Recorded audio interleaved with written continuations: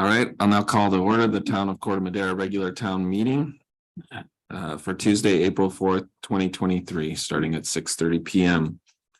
Can I get a call, roll call? Councilmember Casissa. Here. Councilmember Avazio. Here. Councilmember Thomas. Here. Vice Mayor Beckman. Here. And Mayor Lee. Here. Can we salute to the flag and give the pledge of allegiance? I pledge allegiance to the flag of the United States of America and to the republic for which it stands, one nation, under God, indivisible, with liberty and justice for all.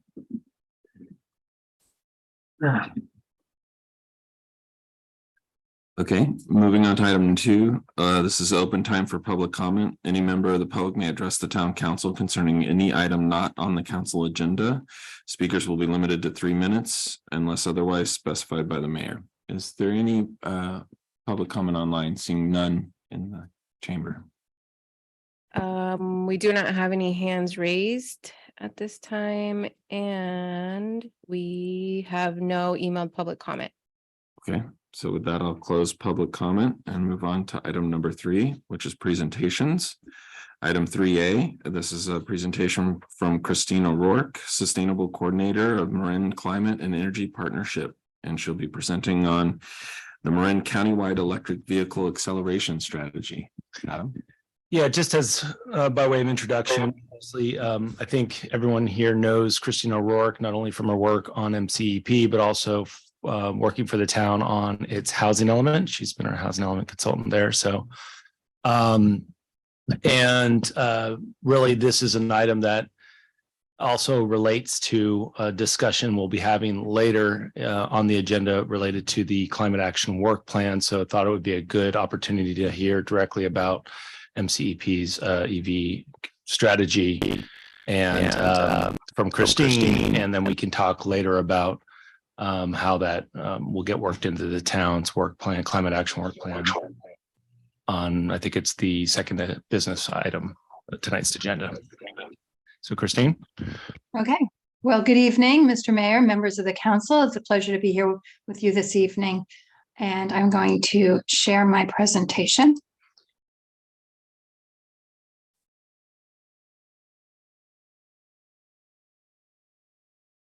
And sorry, trying to get it to start. There we go. Okay, so yes, I am the sustainability coordinator for the Marin Climate and Energy Partnership. And tonight I'm presenting on the Marin Countywide EV Acceleration Strategy. This strategy has been created by MCEP. This is a partnership of all of the cities and towns in Marin County, plus the county and some of our special districts. So Marin Water, MCE, and the Transportation Authority of Marin are all members of MCEP. The plan has been funded through the Transportation Authority of Marin's Alternative Fuel Program. And our goal here was to accelerate EV adoption to meet the targets that are set in each jurisdiction's climate action plan. And the intent is to develop a plan that can be accepted and or adopted by all jurisdictions. Oh, and I also wanted to mention that Senior Planner Phil Boyle was on the, he was the representative for Corte Madera on MCEP, and he was on this subcommittee that was instrumental in developing this plan. So we started off by forming that subcommittee, and then we developed the principles that would guide development of the plan. We conducted extensive outreach to stakeholders. So that included jurisdiction staff, not only planners, but the public works staff as well. And we spoke with community leaders and nonprofits, and also interviewed state agencies that have something to do with adoption and acceleration of electric vehicles. And this was all really to understand the barriers and the challenges to widespread EV adoption, so that when it came time to writing and drafting the strategies and the recommended measures in the plan, we wanted to be able to specifically address those barriers and challenges. We also reviewed other agencies' plans and guidance from regional and state agencies.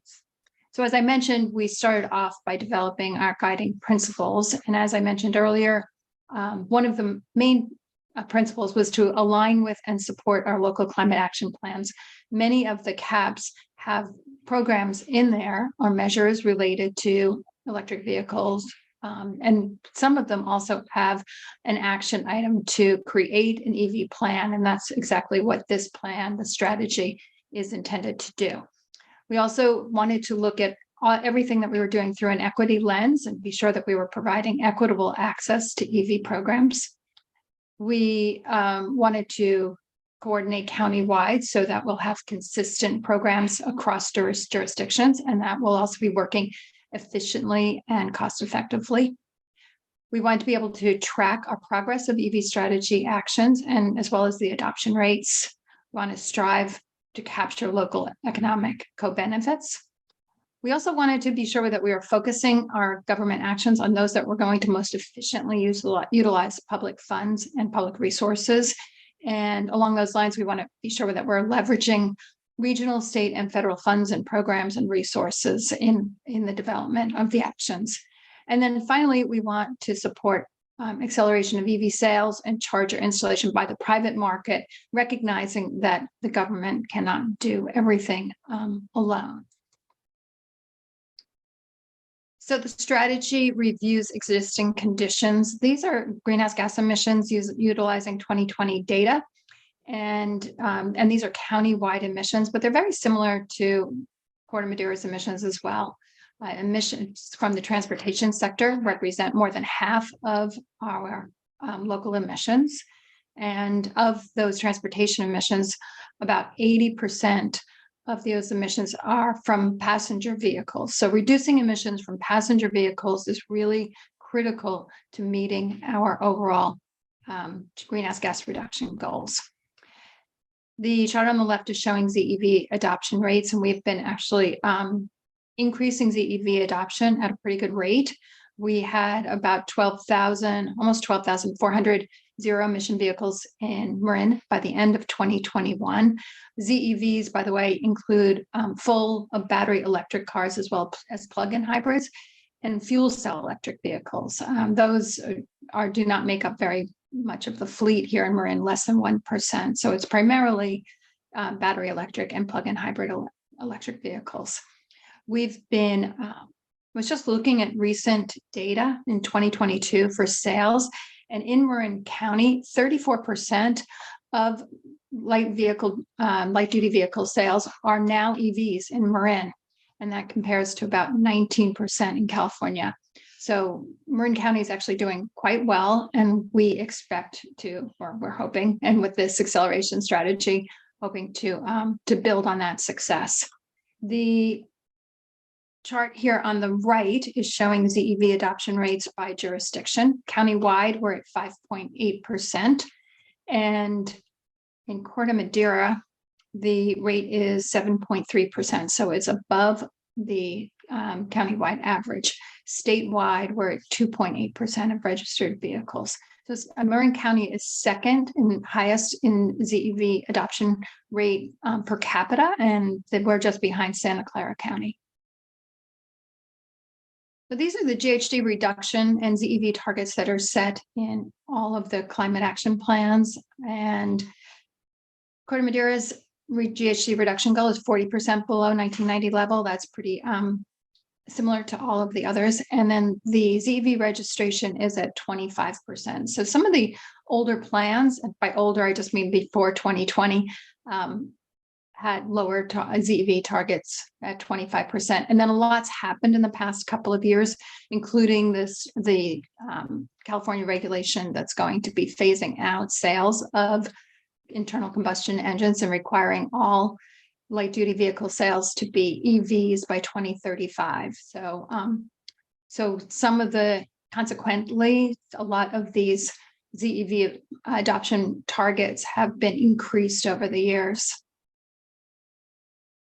The chart here on the left is showing the ZEV population and actually the projected population if we're going to meet, say, the 35% target. So that's kind of somewhere in the middle of those targets that you just looked at. We've been averaging an annual growth rate of 21% over the past 3 years. So if we could sustain that 21% growth rate, we would get to 35% by 2030. As market becomes more mature and there's more vehicles, we tend to drop, the growth rate tends to drop, but we have some other things going on, like I said, especially the state regulation that's requiring all ZEV sales by 2035. This chart on the right is showing our ZEV adoption rate that we're projecting on the bottom, and then the top is the ZEV sales that the California is anticipating through that regulation.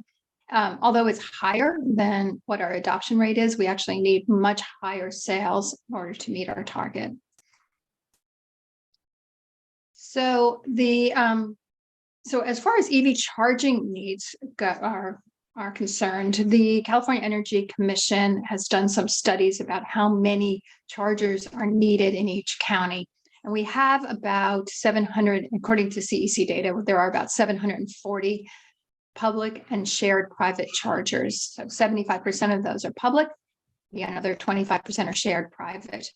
And so public charger is like a charger that's in a shopping center and is available to everyone in the public to use. A shared private charger is a charger that is in, say, a parking lot for a workplace, or perhaps a multifamily building, and those are intended for use by employees and or residents. So the number of single family home chargers is undoubtedly much higher. We don't have really good data around single family home chargers, but as an example, I know that in area code 94920, which is Belvedere and Tiburon, there's over 1,000 ZEVs registered to that zip code, and there's only 2 public chargers. So, certainly there are way more single family home chargers than public chargers at this point. We also know that 71% of housing units in Marin are single family homes. That's probably about that, maybe more in Corte Madera. And for that reason, this really is kind of what we call low hanging fruit to get single family homeowners to adopt EVs. There is an opportunity to ensure that new multifamily buildings are ready for an all-electric future through REACH codes, and Corte Madera has already adopted a REACH code, like the County of Marin and some other jurisdictions, and that requires that multifamily homes, I think it's 85% of them have to have EV-ready spaces, and 15% of those parking spaces have to have EV chargers installed. So the greatest challenge really is installing shared private chargers in existing multifamily buildings and at workplaces. So in 2019, TAM did a county electric vehicle charging station siting plan, which we reviewed. Some of these locations have been passed. Christine, sorry, you're breaking up there, Christine. You hear me now? We can hear you, but it's choppy. Yeah. Maybe if you turn off your video, that sometimes helps.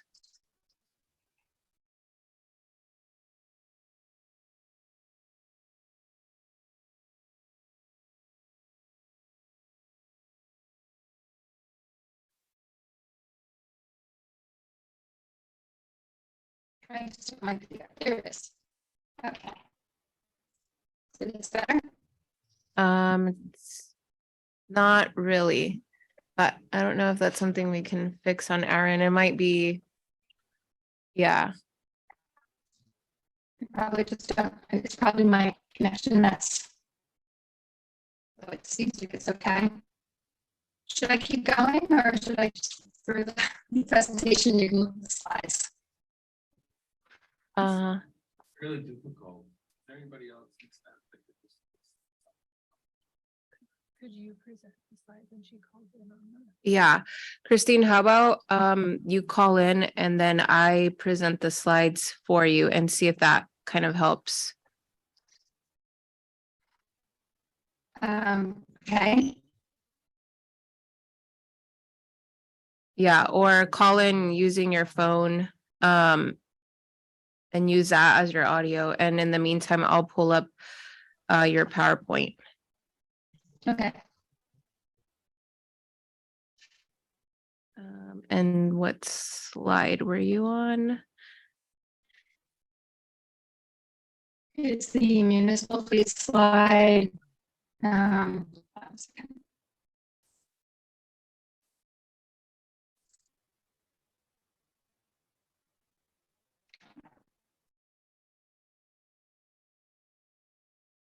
Municipal fleets, slide 11.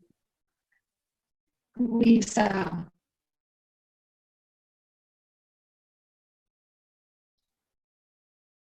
And then to call in, you can dial 408-638-0968. And the Zoom webinar ID is 841-0439-7707. And for anyone online, we apologize for the technical difficulties.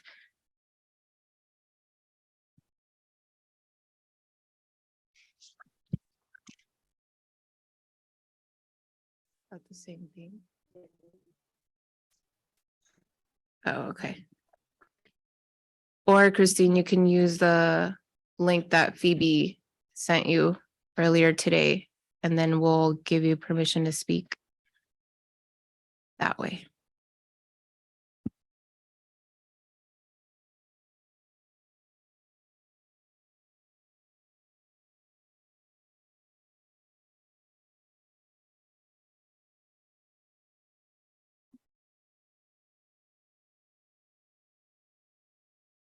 So let's give it 1 minute and then if we can move on. Hit that like elevator music, right?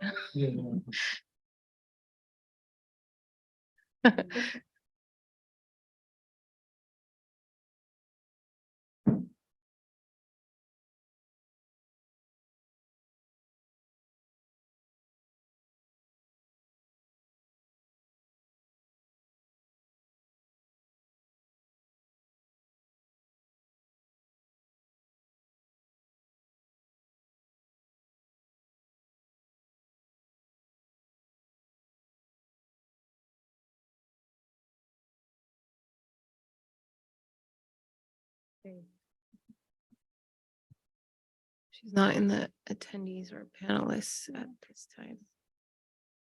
Okay.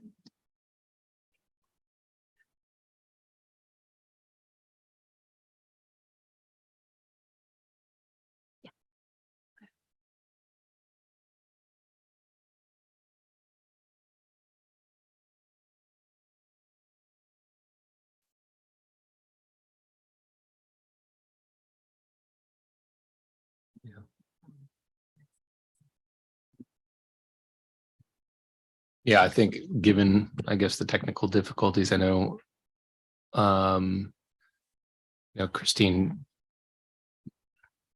would like to present. I'm sure the council would like to ask questions as well, but given she's not able to connect, we'll see if she's able to, but I think for the purposes of moving the meeting forward, maybe it's best to just continue on, see if she can reconnect and then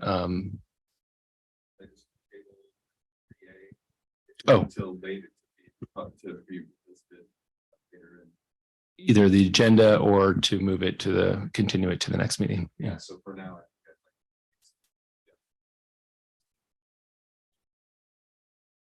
So we'll pause item 3A and 4.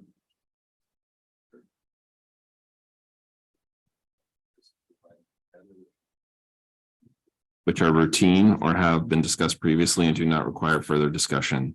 Though approved by a single motion. Any member of the town council, town staff, or public may request removal of an item for discussion. Is there anyone that would like to? From staff? Anyone in the public? But online? We have no raised hands and no emailed public comment for this item. A motion. I'll go ahead and make motion to approve consent items 4A and 4B. Second. Call for a vote. Councilmember Pasisa. Yes. Councilmember Avazio. Yes. Councilmember Thomas. Yes. Vice Mayor Beckman. Yes. Mayor Lee. Yes. Yep. Okay. We do have a caller on the line, Yeah. but So just to clear that, the motion passes, so, and then Yes. the caller, is that our guest, and would we like to try to do we the can presentation? check. Okay.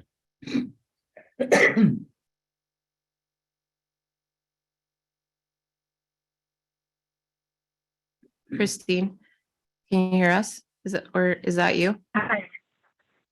Hi, Hello. are you Sorry able to about the see the video technical and continue the presentation? I Hi, can see my presentation, so I'm sure we can get this done. It's only a few more slides left. all right, So we're great. on the slide for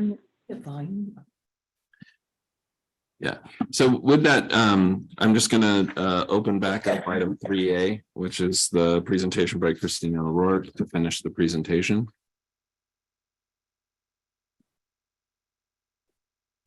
okay. So is the slide up for municipal fleets? So that we have the municipal fleets slide up currently. Okay, great. Okay. So as I was saying, the strategy also reviews the EVs that are currently in municipal fleets. And you can see here that Corte Madera has 3 passenger cars and 1 e-bike. The town of Fairfax also, I just want to point out that they have a light truck, and the city of San Rafael also has 2 pickup trucks. So those are probably the Ford F-150 Lightnings, and there are a lot more pickup trucks now becoming available in electric versions, which is really helpful to our public works fleets. May I have the next slide, please? So then the strategy reviews the barriers to EV adoption. I won't read these all, but they're grouped in by vehicle technology, charging, economics, perceptions, and behavior. And then also we looked at e-bikes and e-scooters, because that's not another goal of the plan, is to increase e-bike and e-scooter use. So these are the barriers that were identified, and then the actions that are recommended in the plan are, again, to address these barriers. Next slide.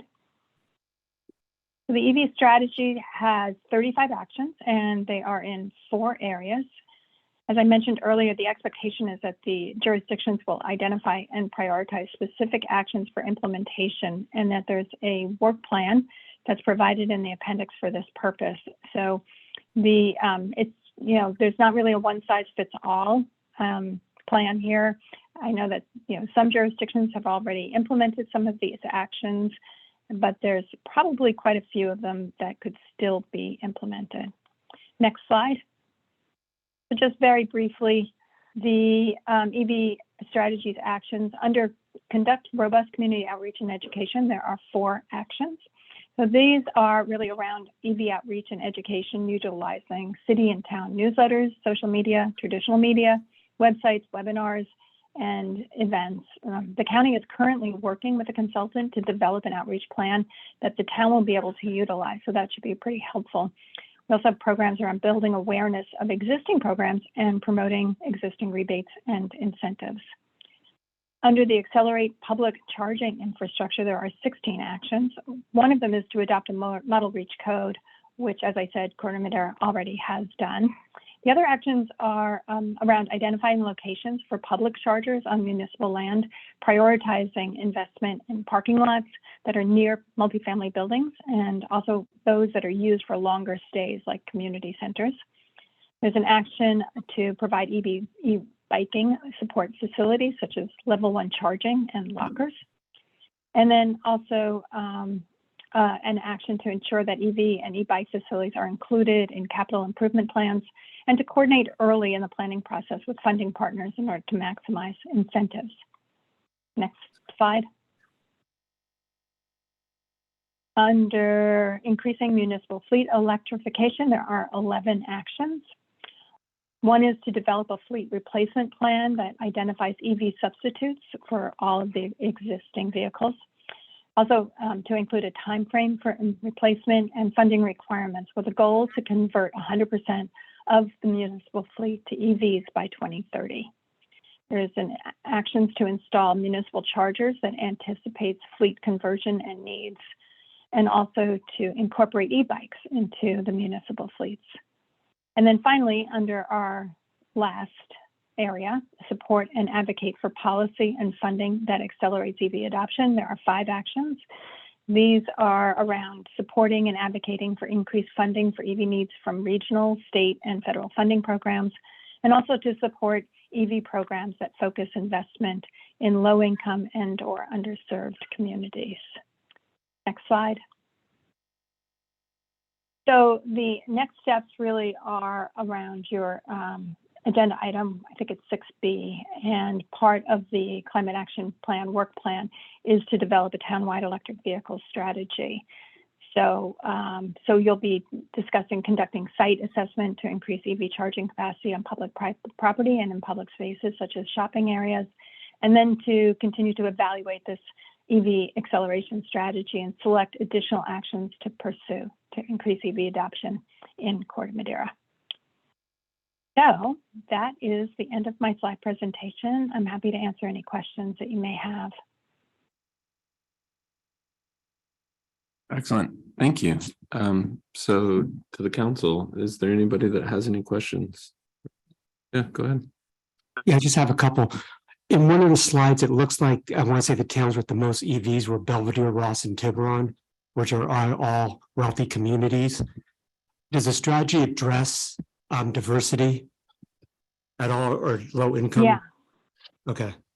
Can you just Yeah. give a brief description of how it's addressed? Sure. So yes, you are right. And this is pretty typical that the wealthier communities have they just have the funds available to purchase more expensive EVs. The most popular EV in Marin County right now, actually across the state, is the Tesla. And so as EVs become more ubiquitous and hopefully the prices come down, although I don't know if we're seeing prices come down, but there also is going to be a lot of rebates and incentives that are available for EVs. And these also have deeper discounts for lower income people. There are actually specific state incentives for low income folks as well. So the plan does address this inequity. Part of it will, as there's more EVs that are returned, like through leases or are resold, and so there will be more used EVs on the market. So that will help to make these cars more affordable. But the plan also wants to ensure that we have not only just making sure that we have deeper discounts and greater rebates for low income people, that we're also ensuring that we are installing EV chargers in communities where there are, lower income neighborhoods, and as well to install EV chargers in multifamily buildings where a lot of lower income people are renting. Okay, and just one follow-up question. Does the plan also address, I want to say, community outreach to unserved neighborhoods or those types of communities, Yes, and the outreach, the outreach plan that the county is currently developing with the consultant is specifically looking at outreach to lower income communities and underserved communities. Okay, and then some of that material, it's in different languages, I want to say. Yes, absolutely. Okay, thanks. I have a couple questions more that are directed to staff. I know towards the end, there were some, I think, strategies or action plans. Are those going to be integrated into our climate action plan? Or is that in process, or it's more on our side? Sorry, but. Yeah, that last slide that Christine showed is one of the strategies that we'll be discussing in the climate work plan item 6B. Okay. So yes, that's directly from the work plan that we're proposing. Okay, and then do you know how many EV charging stations we have in Corte Madera? Because I noticed the other day walking through the village, it looks like they were installing more on the back side of their property. I don't have the total number off the top of my head. It might have been in one of Christine's tables, but in terms of public chargers that the town has, there's just that one currently at the town hall. Okay, but I can remember we're adding a couple there with the new, okay. Yes. Okay, all right, thanks. Good. Okay, so with that, I'll open up any comment from the public? Is there anybody in the public that would like to speak to this item? No? Seeing none in public and in person, is there anyone online that would like to speak? We don't have any hands raised and we don't have any email. Okay, so with that, I'll close public comment and bring it back to the dais for any final comments. Actually, I did think of a question while I was sitting here. So are there rebates at every level, like for local, then state, then the federal, and can they be stacked? Would that, help lower income people? So I'm not familiar with the exact rebates that are available right now. They change a lot. I think, I believe MCE has a rebate that's for lower income households. And I know the state has a program as well that is for equity priority communities. So one of the things that the county is doing with this outreach plan is to develop kind of a hub for an online hub with all of the information that points to all of the different rebates and incentives and programs that are available. So because it's just, it's kind of scattered everywhere, but I can get that information for you with the recent, the current rebates and make sure that you get that. Thank you. Rosa, I can tell you from my own research, the short answer is yes. And it was complicated research, so this hub would be fantastic, but the short answer is yes. Right. So they can take advantage of all of them in Right. one purchase. Yeah. Great. Thank you. Good. Any last statements? No, Eli? So I guess I did have a question. You'd brought up e-bike infrastructure, which is one that I think we've really not broached that subject much publicly or just in general in my mind, but I do see it as a need. And so to facilitate that, are you identifying that would be like, I would imagine schools would really benefit a lot from having these kind of lockers that you could charge, a little bit more expensive bikes, certain public facilities, but is it just being aware and trying to enable a approval structure for that or requirement through REACH code, or do you anticipate that there's actually funding at any level or incentives to create that type of infrastructure? And then I'm go ahead, sorry. Yeah, on e-bikes also, I think I read in the latest, maybe it's the Inflation Reduction Act or one of these new federal programs, that there's almost $1,500 that can be put towards an EV purchase, which was pretty interesting.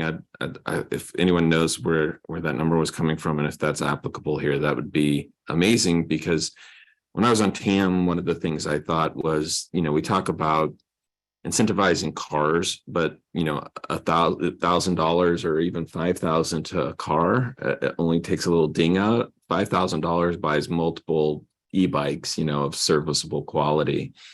So I was like, just give people that apply, new e-bikes. That's like would have such a greater impact, especially communities that otherwise wouldn't be using that type of infrastructure. So I don't know if you know about those programs and if that would be part of the portal. And I guess the other thing is I'm not even familiar with that, like vendors that would actually provide that. So would we see on the e-bike side, these kind of charging lockers or bikes that basically you could almost just write off the lot and have the federal government pay for, right? Like that's what I'm thinking we're getting at. And so I just wanted your kind of feedback, as you seem to be quite knowledgeable about it, if you anticipate those type of opportunities for people. I think there certainly will be more opportunities. And again, I'm not exactly sure what kind of rebates are out there. I know that I think it's MTC is providing, I found this really interesting. They're providing $1,000 rebate for electric bikes to anybody who is using the San Rafael-Richmond Bridge for commuting. And you have to prove that you're working or living on either end of the bridge.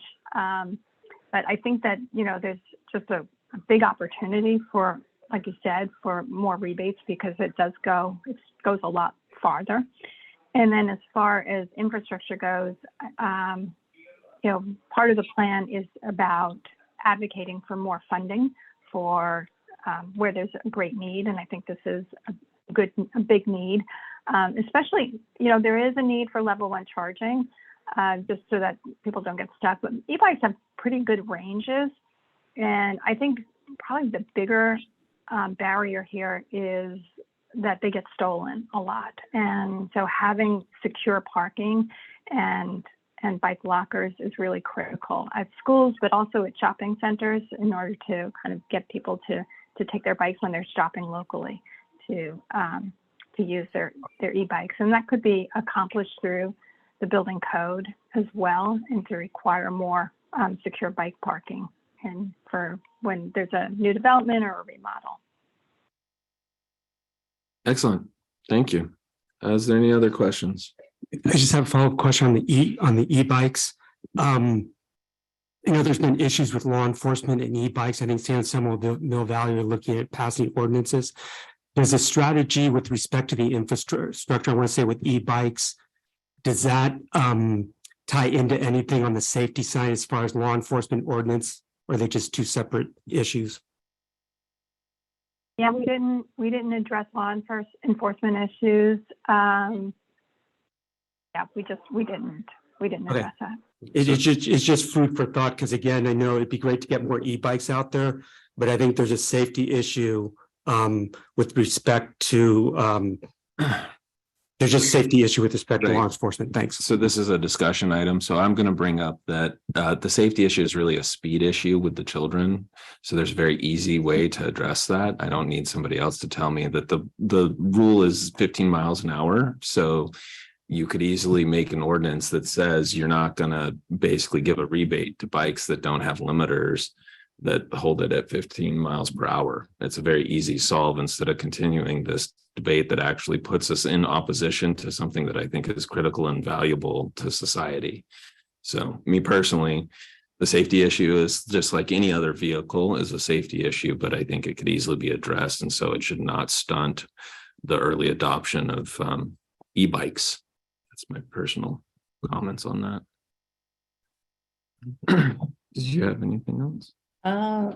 No, just thank you for all the hard work. I think this is such an important thing that we're doing, and that we should postpone conversations about how to legislate behavior on e-bikes until we actually have that conversation, because we have a lot to cover tonight. Yeah. All right. That's okay. Any closing? Okay. All right. So with that, I think we'll close comment from and I think that closes the presentation.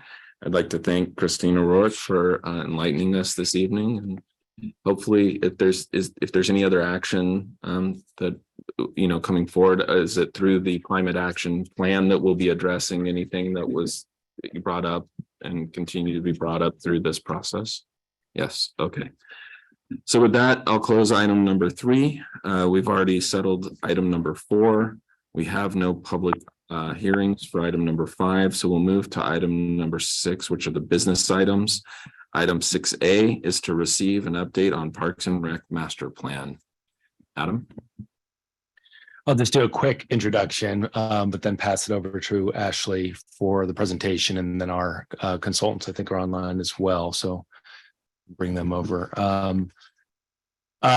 First off, this is as with all plans, the Plan Army is very excited and encouraged by this piece of work that is well underway and sort of getting closer every day to seeing sort of the finish line here. And so I'm just excited that we and Ashley can bring this to you tonight to talk about where we are in the process. This is a document that I think really speaks, and it's going to be, it's a long-term document essentially that helps the council, our community, all of us who are involved in making decisions on what improvements to make, what things to fix in our park system. These are all, of course, very topical things that I didn't know all the council members hear about from our community members And so I think this is something that will really help us moving forward. And just excited to have Ashley here to present sort of where we are tonight. As you already know, this also signifies sort of Ashley's, end of the road in terms of working on this project. But we have Tim here who's going to take that on.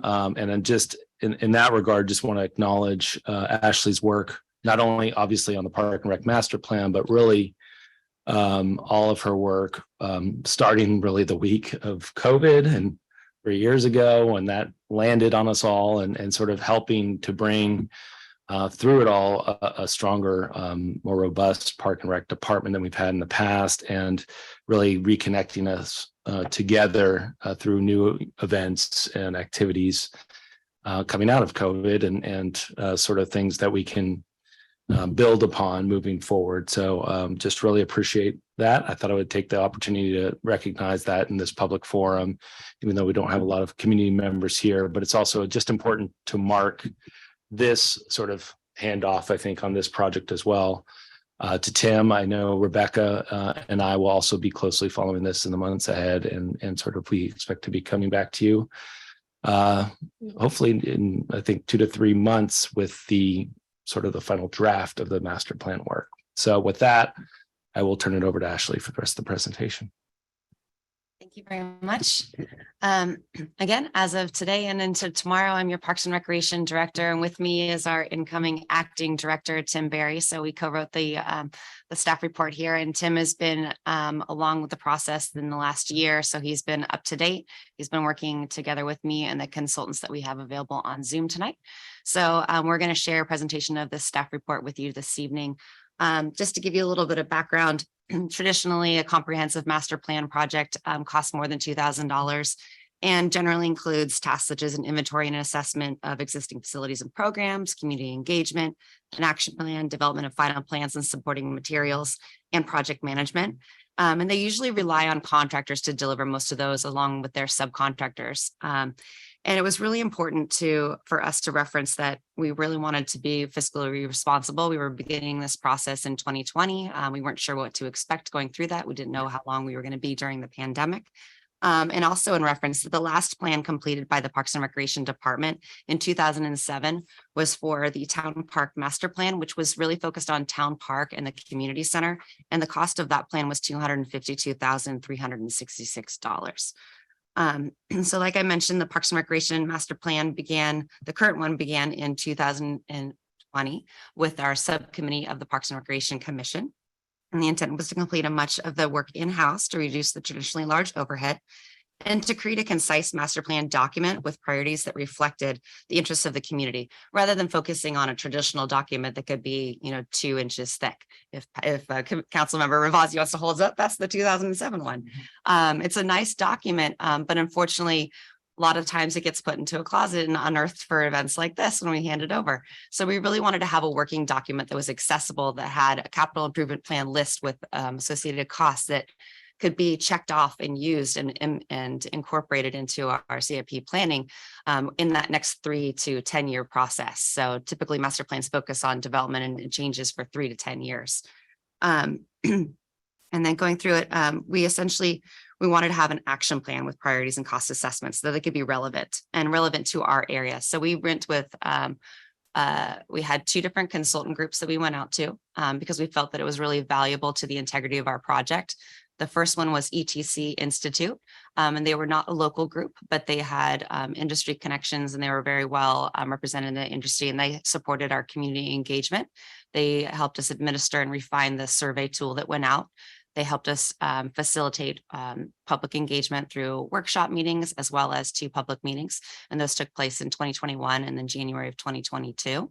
And then our second group that we have consulted with is the combination of MAC5 with support of RHAA Landscape. And just to reference kind of a cost relationship right now is that the ETC Institute group was paid a total of $24,125. And to date, the combination of MAC5 and RHA Landscape has been paid $31,285.25 of their total $74,935 contract. And that's in seating attachment 1, if you're referencing it. In this current plan, our project elements completed to date are the community needs assessment survey, the community engagement, and the draft executive summary, which was produced by the commission's subcommittee. And then we've completed by MAC 5 and RHA landscape phases 1 and 2, which is facility conditions assessment and the prioritization of a needs assessment. And then in the current progress is phase 3 and phase 4. And that's the master plan for Town Park and Menke Park and master plan scope for additional parks.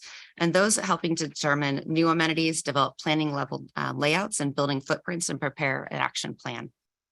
And I'm going to turn it over to Tim to give you a summary of our commission feedback from our March 27th meeting. Perfect, thank you. The Parks and Rec Commission received and discussed most of this report on the March 27th meeting. It is embedded in this presentation if you want to review it. Discussion and feedback really revolved around exploring both the 501 Tamil Pilots Drive, which is the current pet club, and the rec center at the same time, just because this is a large building and it's so close to the rec center. And they really thought, if we're going to discuss one, we got to discuss both. Look at the whole picture of what can we maximize out of both these buildings and make improvements to both the community center and both the Tamil Pilots, the pet club building. Commissioners really want those details. They really want to know, like, hey, what's the data to generate? How did you get here? Both our consultants have done a great job in the facility summary pages and our matrix to say, here's the data we use to get this information. Since we've presented that, we've added some more data since they were feeding for it, including in the condition assessment spreadsheet to better introduce, explain the background of the tools we use for the matrices, the rating elements and the weighting system, we'll talk about later, of how we weighted all of the projects and all the facilities. They're also interested in how the data is taken to practical next step. Like, this data is great, but what do we do next? Which will be addressed in phase 3 and 4. They're all very excited about the next steps. We kind of had to pump the brakes a little bit and say, we'll get there. Here's the kind of introduction. A couple of commissioners asked, well, why are we going to 2009 plan? It's kind of old. Is it still relevant?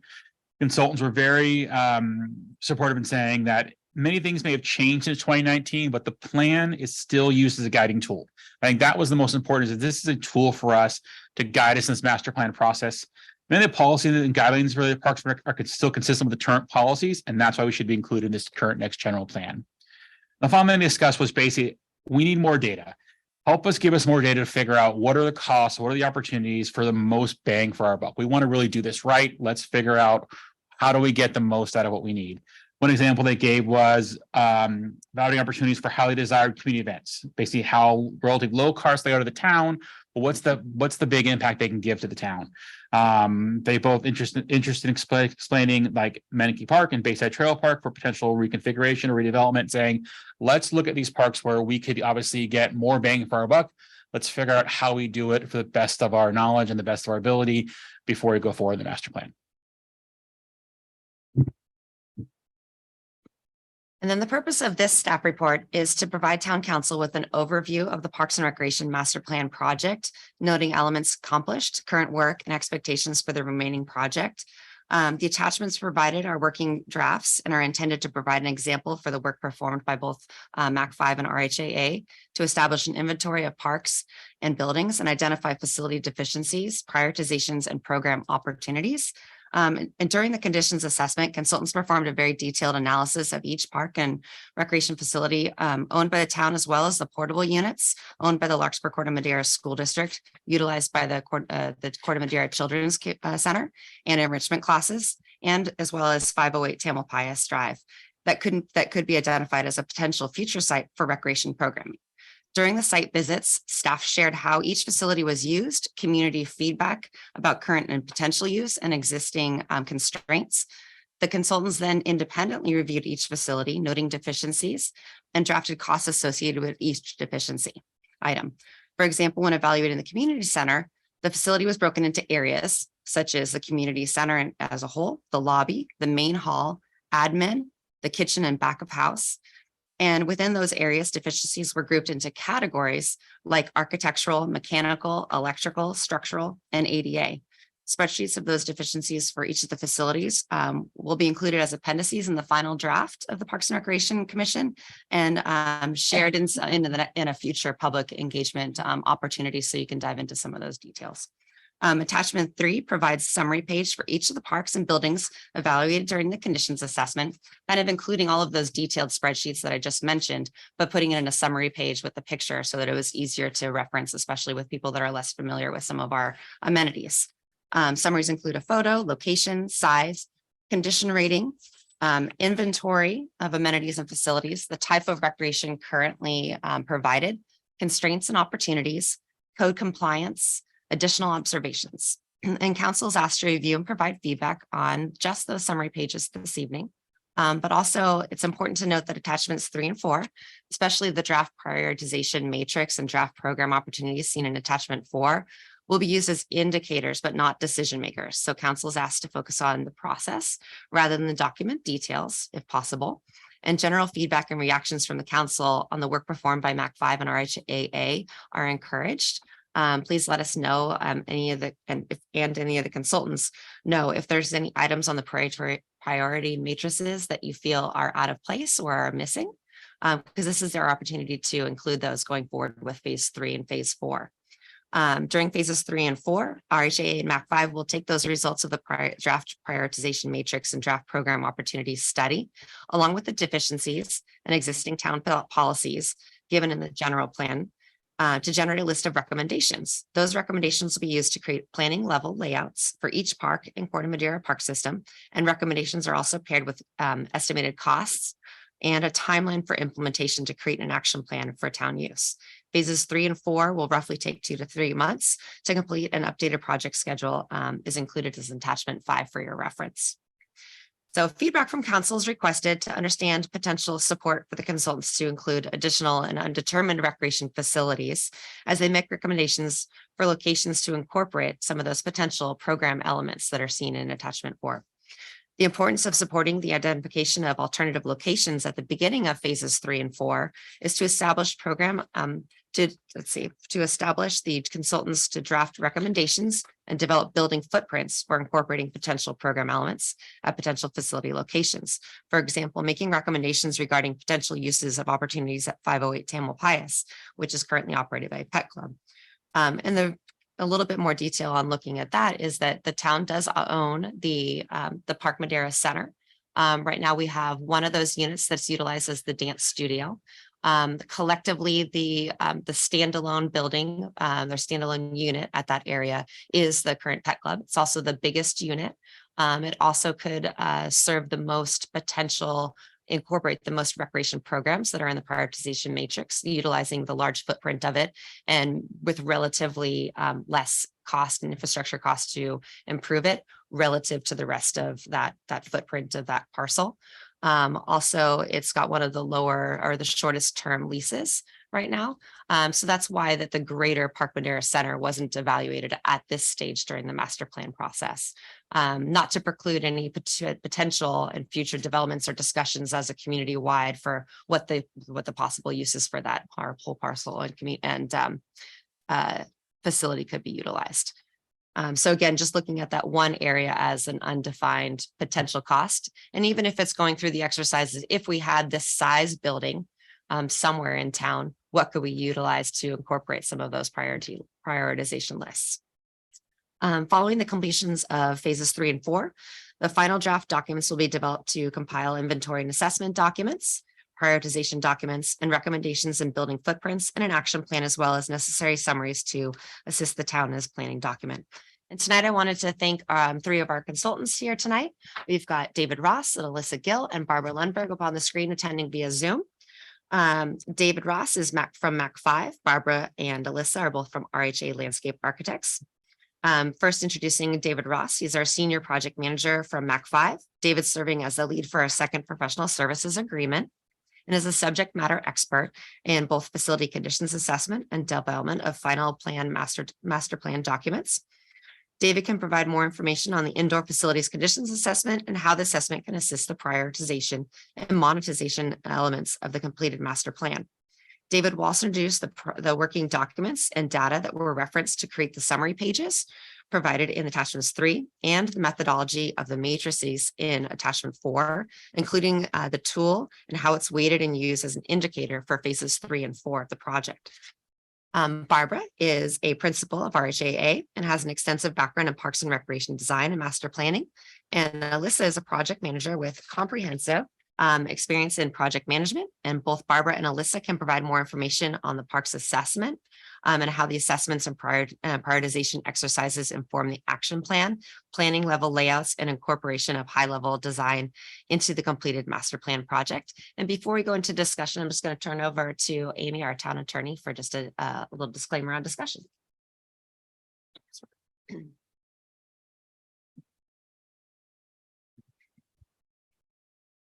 Yes, so I just want to inform the council that council members Thomas and Beckman need to recuse themselves from any discussions related to Cove Park. So in order to allow them to participate in as much of the discussion as possible, we're going to segment any discussion of Cove Park and entertain that first. So I'll ask that if any council members have questions or wish to make any comments regarding Cove Park, we do that first. So the mayor will ask for that comment. And then if there is question or comments, we'll ask the council members to step down from the podium. And then once that concludes, we can have them come back and participate on all the remaining discussions. So next, I'm going to turn it over to our consultant, David Ross. If you wouldn't mind introducing some of our attachment documents for reference. Sure. I don't, you want to do visuals or just I can talk about them? I can pull them up. Okay. Let's just do an introduction of the inventory and assessments. This document is generated in two parts. Initially, the front section is the park assessments, inventory and assessments, and that was performed by RHAA, landscape architects, and MAC 5 produced the building inventory and assessments in the second half of it. And that holds true for most of these materials for the project. We've really got a team of an architect and a landscape architect that are handling both buildings and park system elements for you. So we generally are dividing them up in that fashion. So questions regarding parks in general would be going to RHAA, and I would be handling more of the buildings. So the assessments themselves, really what we're doing is just outlining in this presentation, as Ashley identified, summary page. There is a deeper dive into the inventories that would be an attachment that will eventually be provided that literally identifies the number of benches and so on and so forth as a detailed inventory. But I think this is, for you guys, probably the most useful thing is to see the summary of the assessments for parks and buildings. I think in the interest of time, I don't want to do a deep dive here, but I would like to go ahead and just look at the community center assessment quickly as an example. I think it just kind of gives you a summary of what all of these cover, but gives you an opportunity to gain a little information about the community center. It's one of the more complicated buildings. It's obviously the largest building. And some of the things that are identified in the assessment are the current conditions, which is in good and fair condition. It's an older facility, but it's been maintained very well. And so good and fair condition is pretty good for a facility of this age.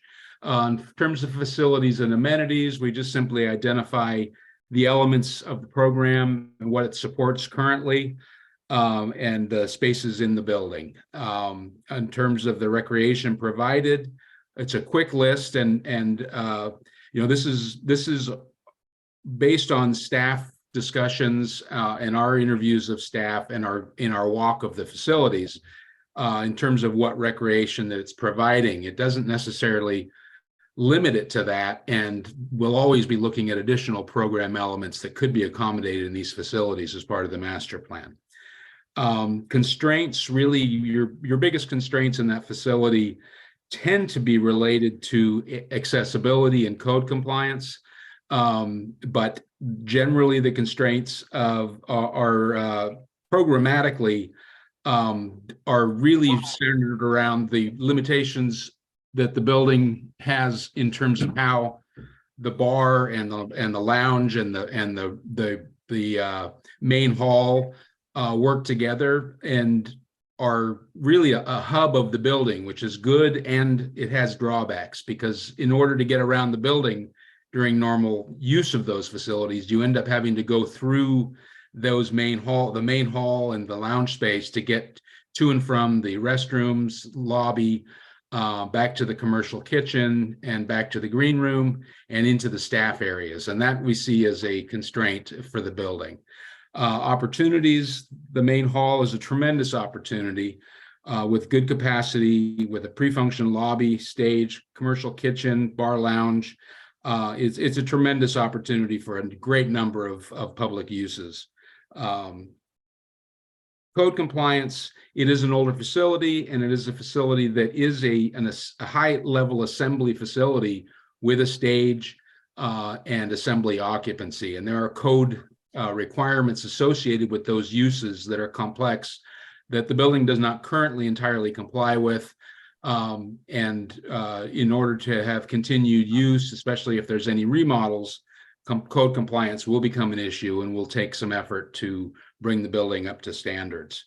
And then additional observations really hinge around the way that this building supports and interacts with the town park, potentially the Corte Madera facility, and the parking and drop-off area is high use. It even serves it serves for the park use and the building use, and it's a very high use parking area.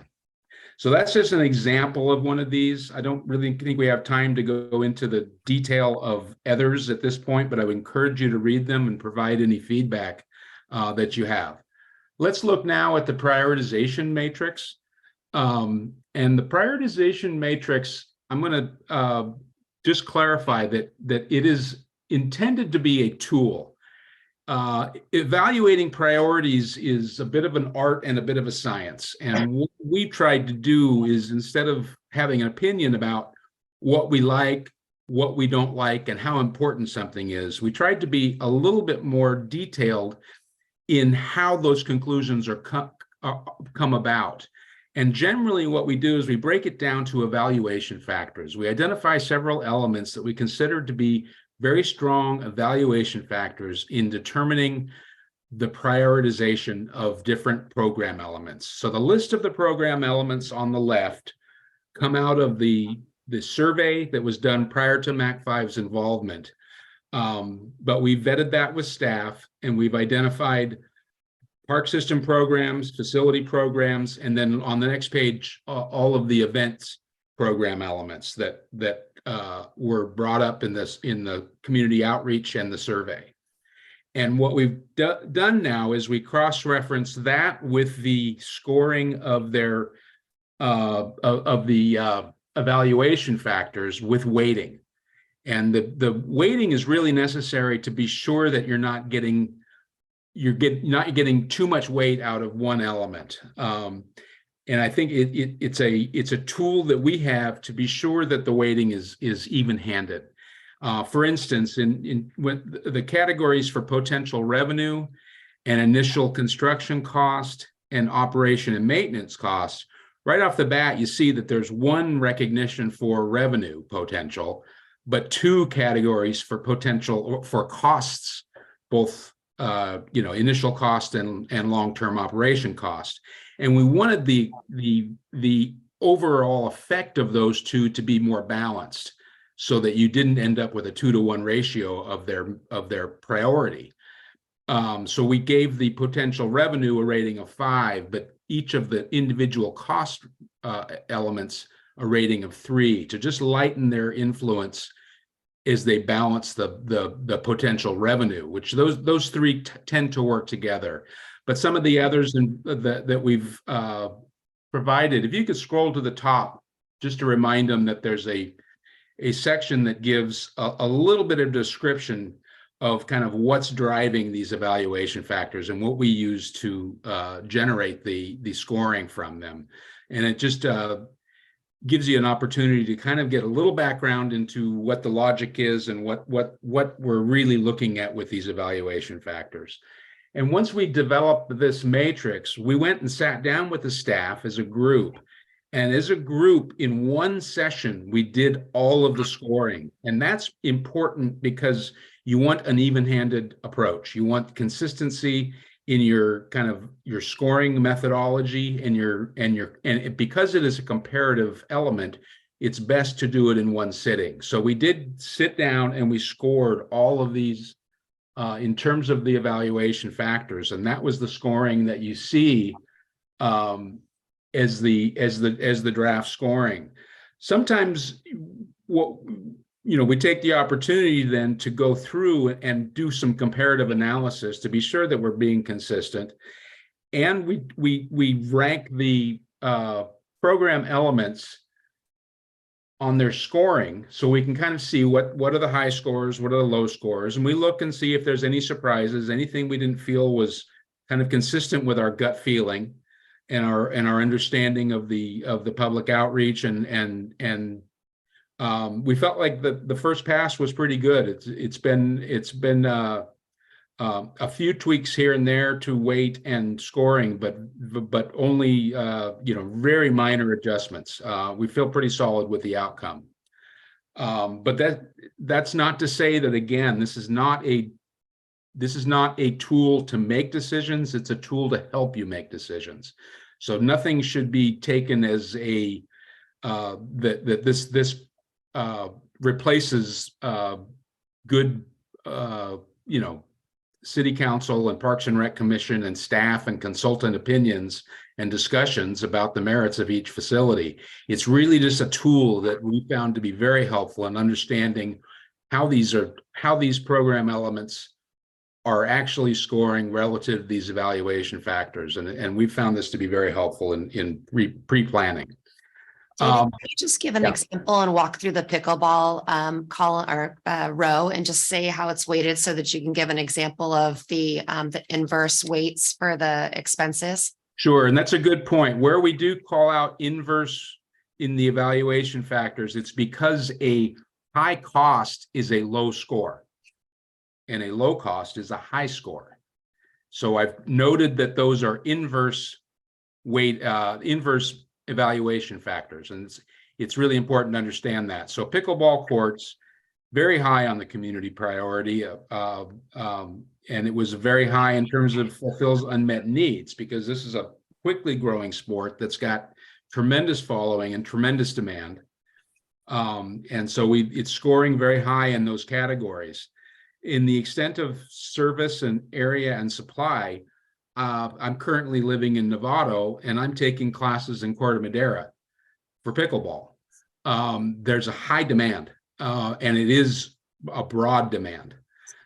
People will travel for the availability of courts and for recreation opportunities and paying for classes.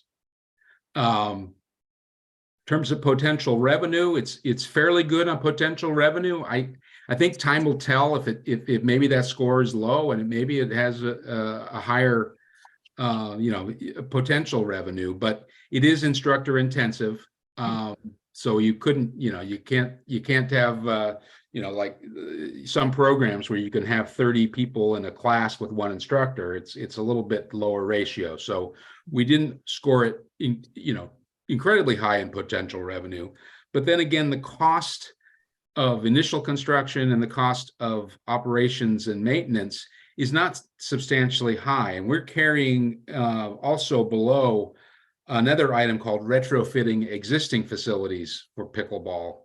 And it scores even higher or better on costs, because you're really just having to re-stripe and provide nets, and the implementation is actually significantly lower, so it scores higher in terms of those two evaluation factors. And then finally, it's fairly consistent with all of the planning guidelines, 2009 general plan. It's consistent in general, nothing specific to pickleball. That was, it's come along much later than that plan, but in general, it's seen to be quite consistent with the goals of the plan. And then in terms of established policy and preferences, we understand that there, is favorable to try and consider ways to meet the demand for pickleball, but no official declarations or policy that we're aware of, other than the fact that classes are being offered. Thank you, David. Sure. I want to jump to the program opportunities. And these two matrices, the prioritization and the program opportunities, really need to be looked at together. When you're using these, you go back and forth quite a bit as you're identifying what program elements you're going to pursue and where you're going to pursue them. So what this is looking at is the same program elements on the left column. Am I one ahead of us, or you want to go back to the last page? Corte Madera program prioritization matrix. Is There this? it is. the correct Yeah, one? there we go. So We just need to be careful if there's any discussion on location. okay. I can say it, but they can't discuss it, Correct. right? Yes. Okay. So I can present, yeah, and I think it's in general. So what we do is we look at the park programs on this first page. This is specifically park programs, events, and programs, not the building facility programs. And then we're actually referencing them across to potential locations. And you can see pretty quickly, how Town Park has so much potential. It by far has the greatest capacity of all your parks. Not in terms of square footage, in terms of convenience and support from the community center. There's all sorts of reasons that the town park is in such high demand and of such high value. You can also see the Menke Park is, meets certain criteria, but in general, it's a more passive recreation park and event-based park. So in terms of active recreation, it's not really the best opportunity for a lot of the active program elements that scored pretty high in the public outreach and in the surveys. And one of the conclusions that we drew was that park is really going to be overrun if we try and meet all the community needs in Town Park. So we really strive to identify other park locations that could meet some of these needs. And I think Cove Park and Granada Park had substantial capacity to help meet some of these demands. Some of the others, you just had to be very selective about what kinds of things they really could support. But when you see those opportunities in some of the smaller parks, you really need to jump at them to try and lighten the load on Town Park. So where things are appropriate in some of the smaller parks or other locations, those are really, for me, those are the ones I highlight and say, let's look at that. Let's look at how we can use that park, maximize its potential, and try and lighten the load on Town Park. If you scroll to the next page, you can see the similar matrix for buildings.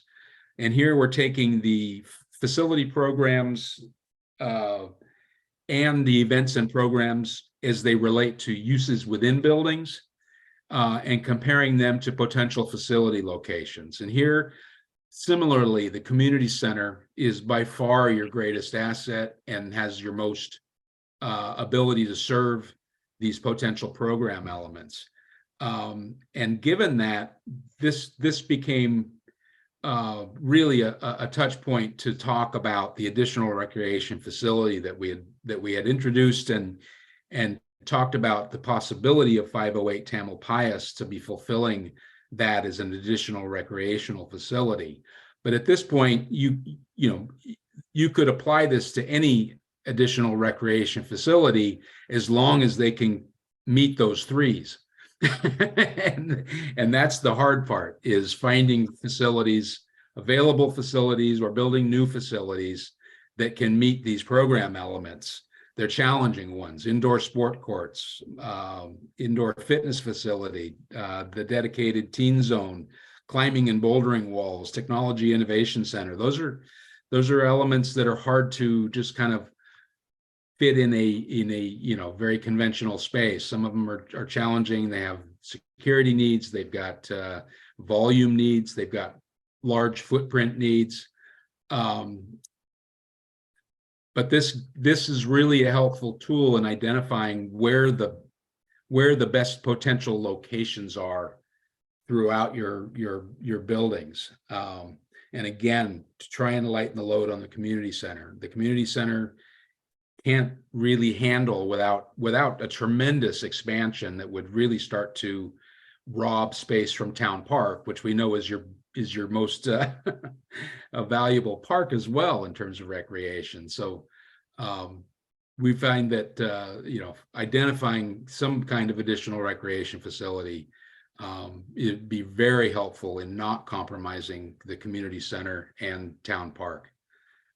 And just to clarify, David, your difference between 1 and 2 and 3 would be an optimal fit, and 1 it could fit, but it wouldn't be something you recommend. Is that correct? Yeah. Ones it's possible, but for numerous reasons, it's probably not your first choice.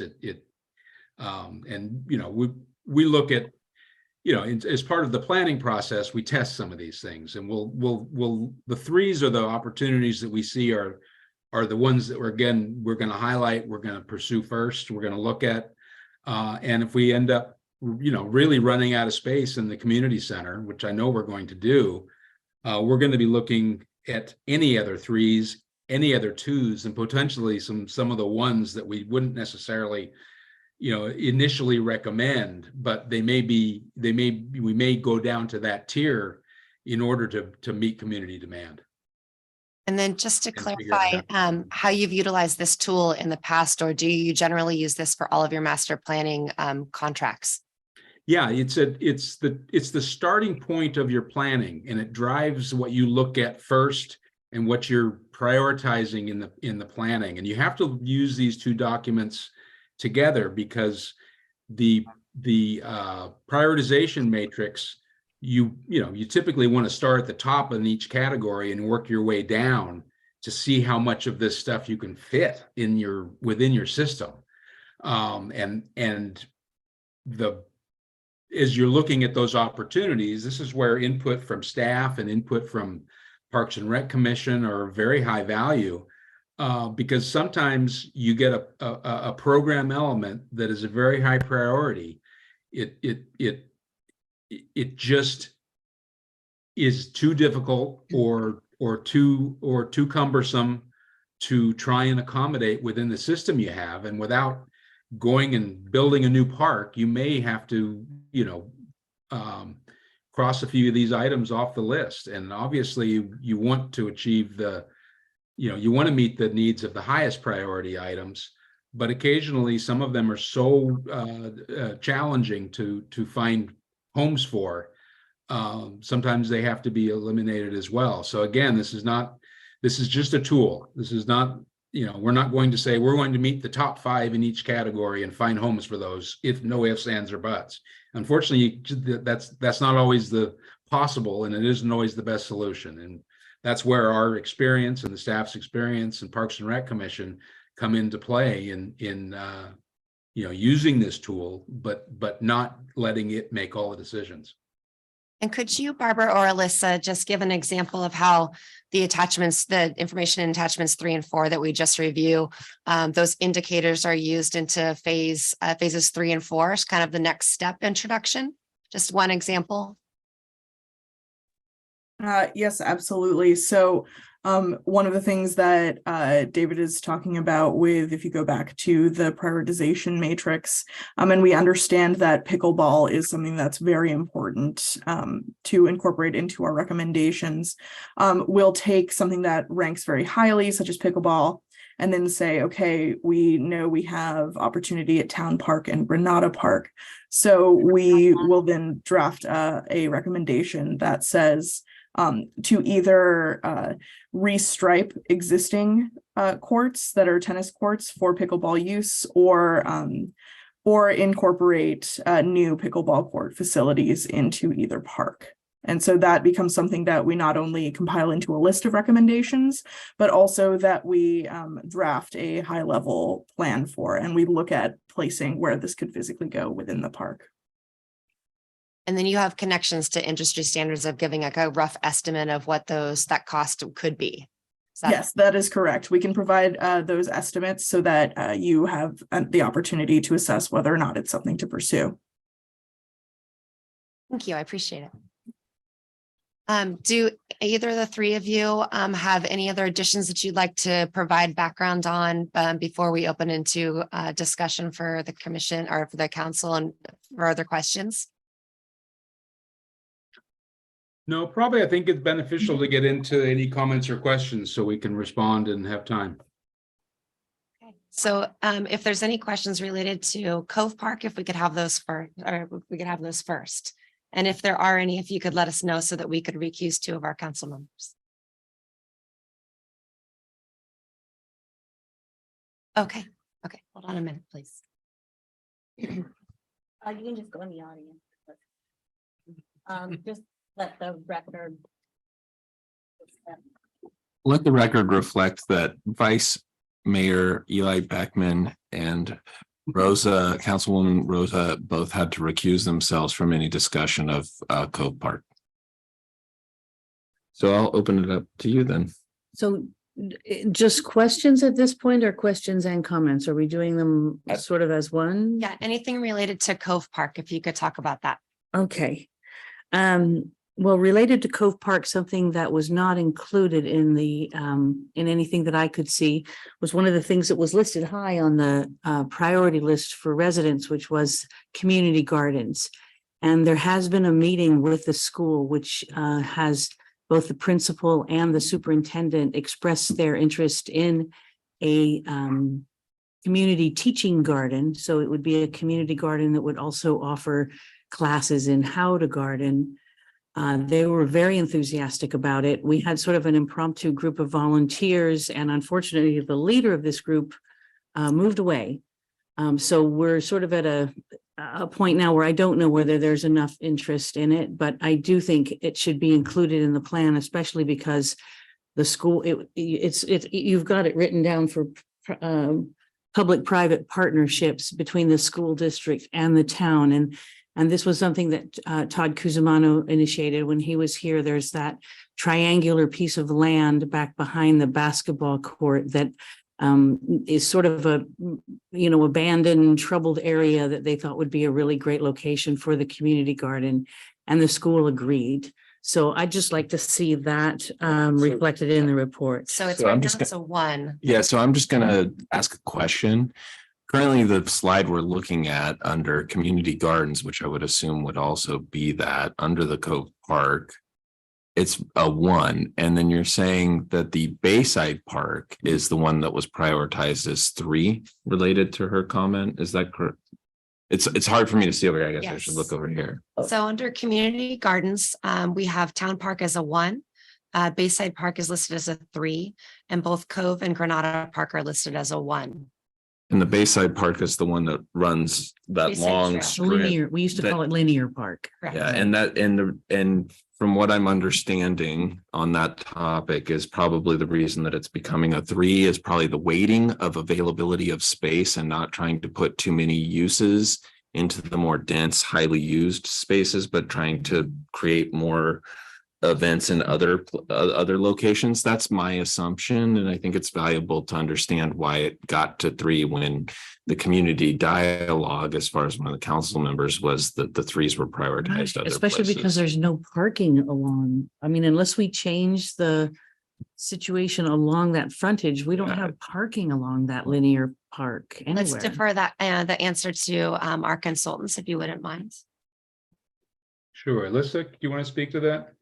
Or Yes, Barbara? absolutely. So thank you for that input. I think that's important for us to understand that this is the feeling of the council, and it's absolutely something we can incorporate into our planning our planning process as we move forward. In terms of our ranking for Bayside versus Cove, it actually was a discussion about space, and we understand that a lack of parking is absolutely an issue with Bayside Park versus Cove Park.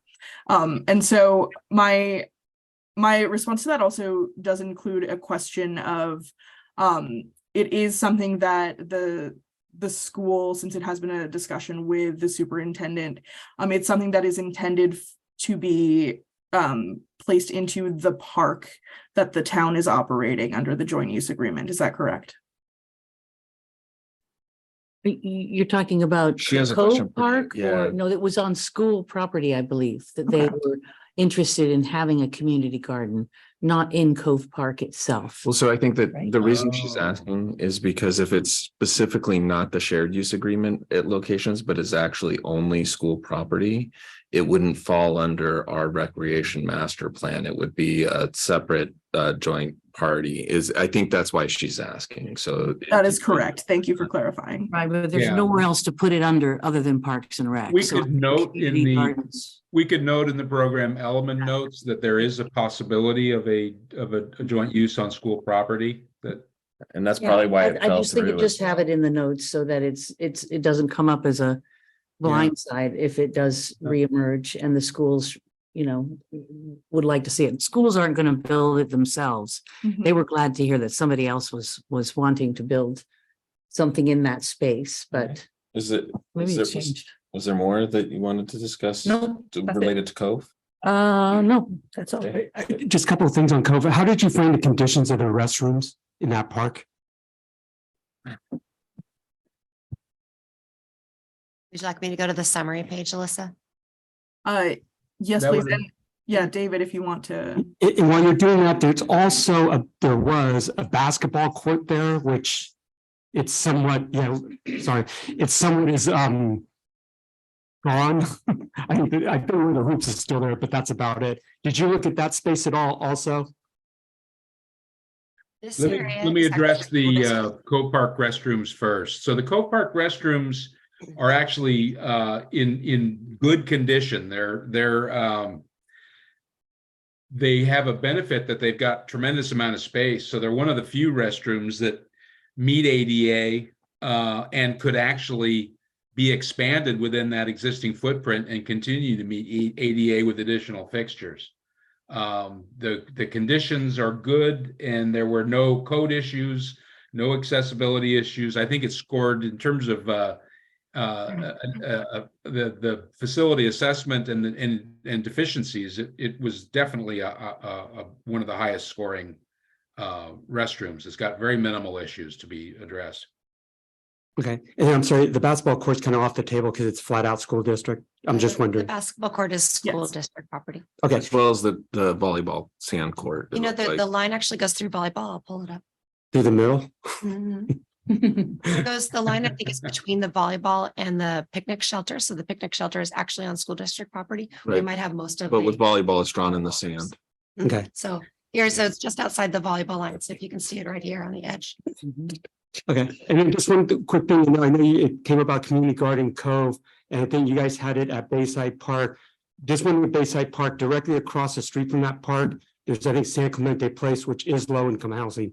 So I'm just bringing that up because there could be an opportunity, if not a community garden, something to provide the people in those housing with some kind of recreational activity, even though I know it crosses San Clemente Street there, but again, there is that opportunity.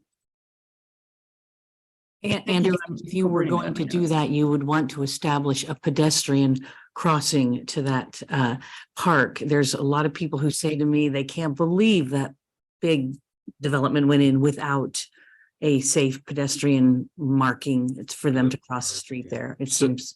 So these things are like, so we're just going into actually doing plans for the parks, right? So these are things that we could identify and discuss. No, but I think it's important. So to me, what also I'm hearing about this is there's real opportunity, but this is a 7 to 10 year plan in which we just approved a general housing element that is going to grow maybe potentially 350 units right near there or more, Right, so also as we consider what our park needs are for the next 7 to 10 years, you should also consider what other, because there's 2 or 3 high value, Increased like rent. in that industrial area as well that was approved. So and and then we have that's like it isn't that it's just to meet immediate needs. It's about how we grow as a community moving forward. So keep that in mind as well.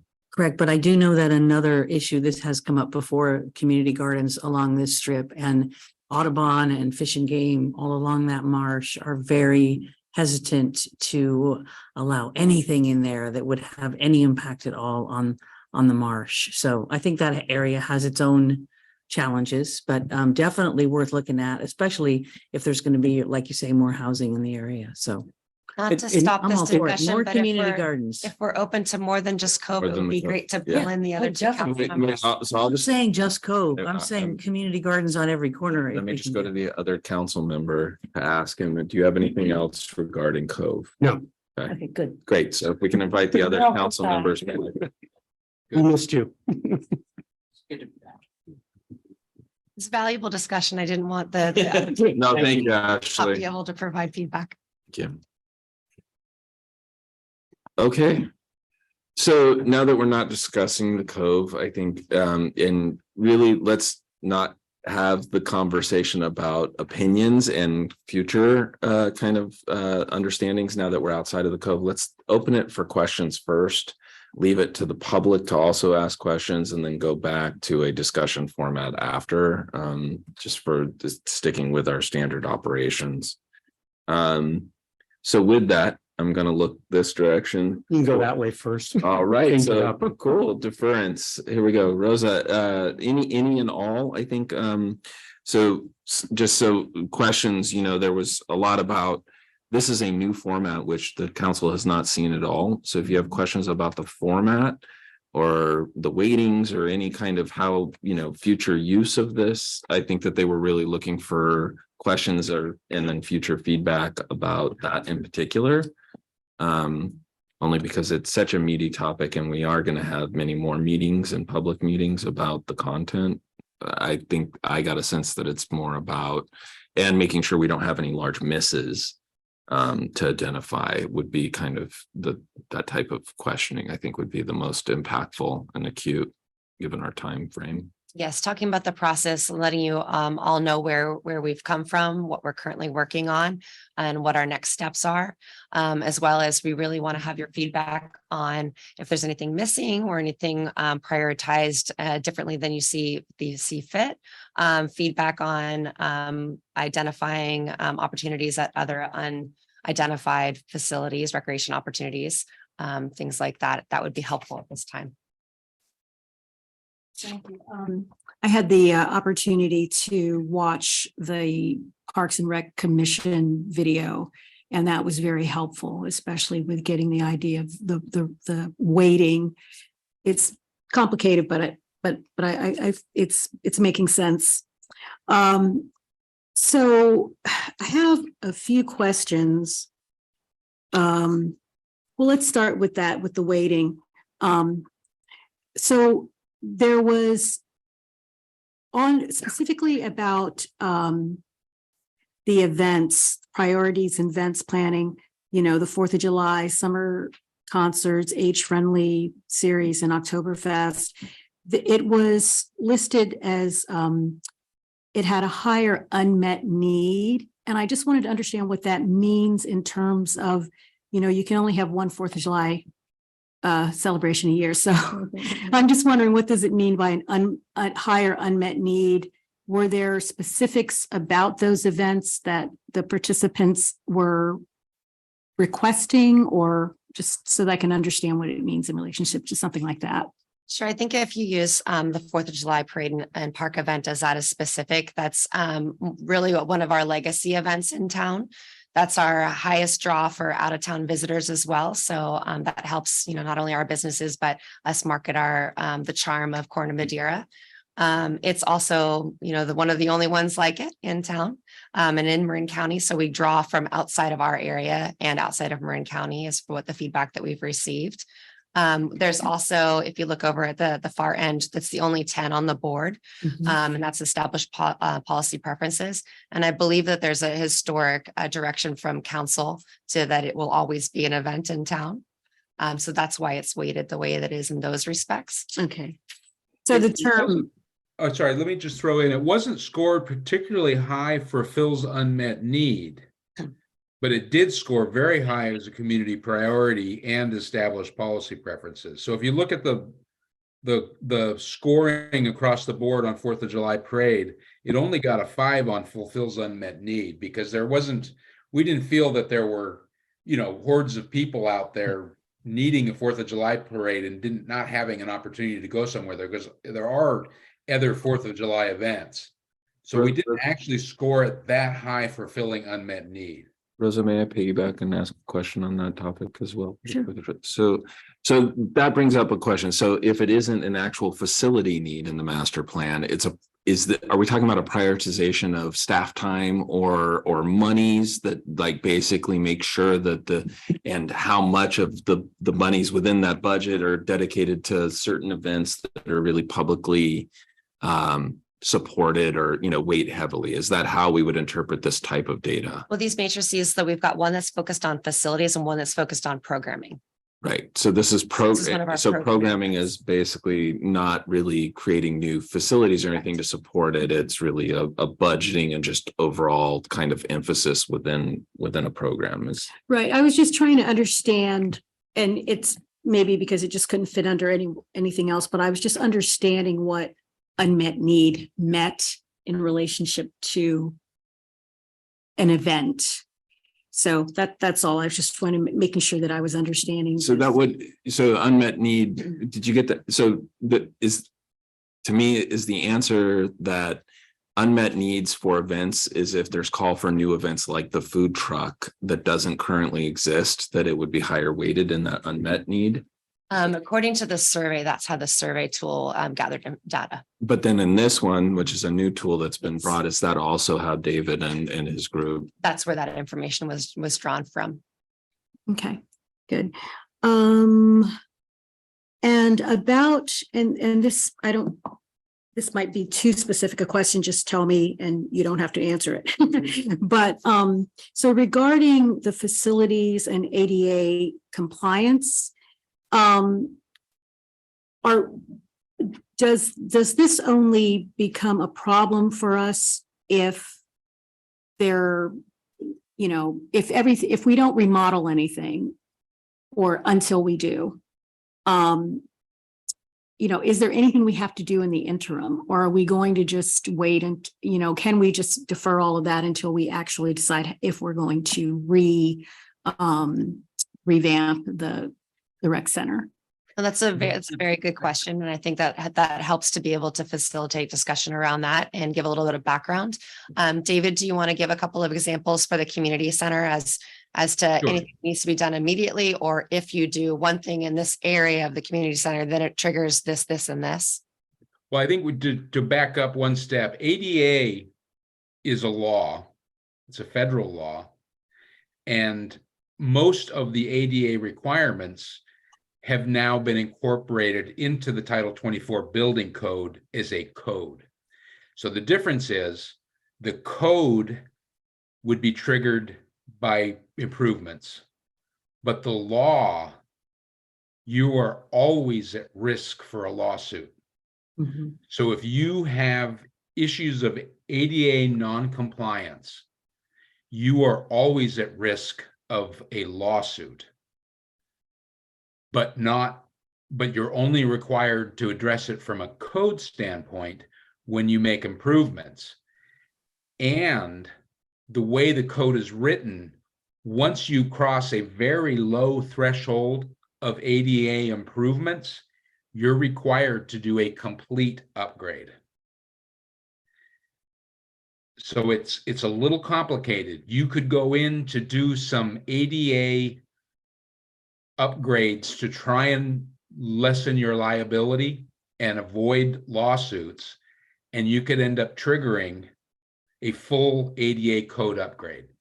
So David, I'm sorry, I'm going to also ask another question really quick. how do you define boundaries when the parks kind of responsibility and the parks in general within making those kind of upgrades? How do you define the boundaries in which the upgrades would be flagged, and how far would that extend in the system? That's up to your building official in the end. Okay. Yeah, and I would say how we've addressed this in the past with other projects at the community center is that typically, and we are, one of our prior building officials was a CASP, which is a certified ADA specialist. But typically what is required is that you do have, you find the right balance between, I think as David said, the law, the federal law, and sort of the code requirements. But you definitely have to, and this was always something that he was working on toward, in parallel, create this plan that you are addressing things, that you have a scope of work that really would address all of the different ADA requirements and code requirements as you move forward. We're talking about one building right now. So are you, I don't know if you're talking about. So that, I mean, there's in the park, we do one bathroom, but it's part of the overall, like it's. Well, then you get access. I can answer that. Yeah. So, and so then just one more question with that, right? Ultimately, ADA and the law applied to it and the code upgrades, is that really what we're going to see as a public dialogue and a public decision matrix? Or is that something that the town should evaluate from a town liability standpoint and basically be executed irrespective of weighting or anything else? Like, how, from a policy and an implementation standpoint, do you see that going?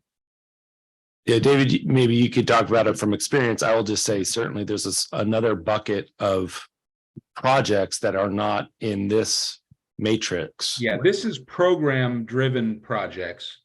Yeah. Whereas the deficiency list and the evaluation of the facilities often generate code or ADA driven scope.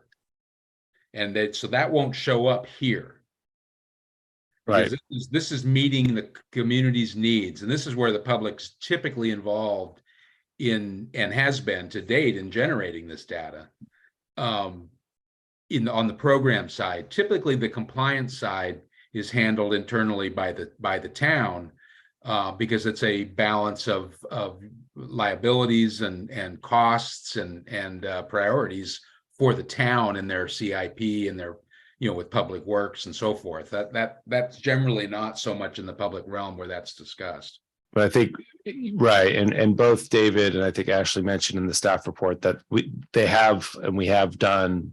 So the team has done work to identify all those areas of need in basically the facilities assessment or conditions assessment report, which would be attached as basically an appendix or an attachment to the master plan report. So, but that's definitely underway, more than underway, and those will have costs associated with them as well.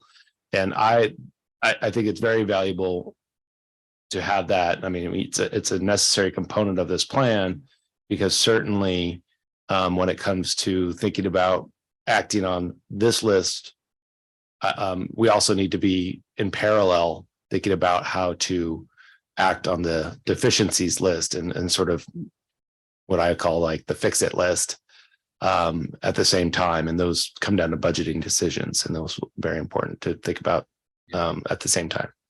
And that'll be incorporated.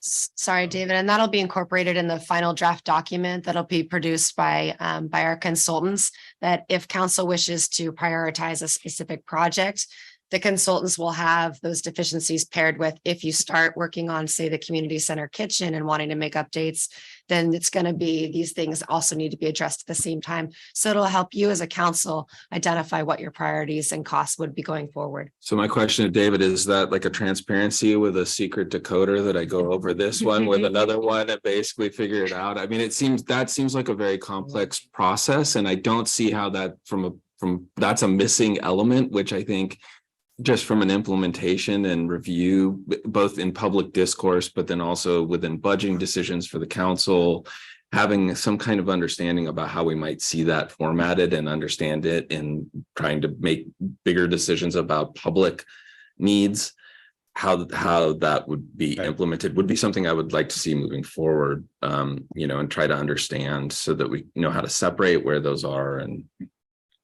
how that would manifest. But Right. Sorry, I feel like I'm taking up a lot of time, please but do. we're sharing our space, Please right? do. Unless you don't want me to, and I'll keep my mouth shut. I'm sorry. What one of the things I wanted to check out too is the idea that there's 580 Park Madera Center, but the rest of it is not being looked at the same time. And to a great degree, I can totally understand why. But if since this is such an expensive process, would it make sense to kind of analyze these other locations at the same time? I think our staff direction and conversation with our consultants, one of the reasons that the entire Park Madera Center hasn't been looked at during this process is that it's not an ideal use of their time and our budget on this particular project, because we realize that that's going to create a much larger community discussion for the future of that property. And the reason that we're looking at just the 508 unit is that it's a standalone, it's separate, it's got a shorter lease term on it, and it's something that we could potentially utilize for recreation programming in, say, the next 5 years, where some of the lease terms on some of the other units could go into the mid 2030s.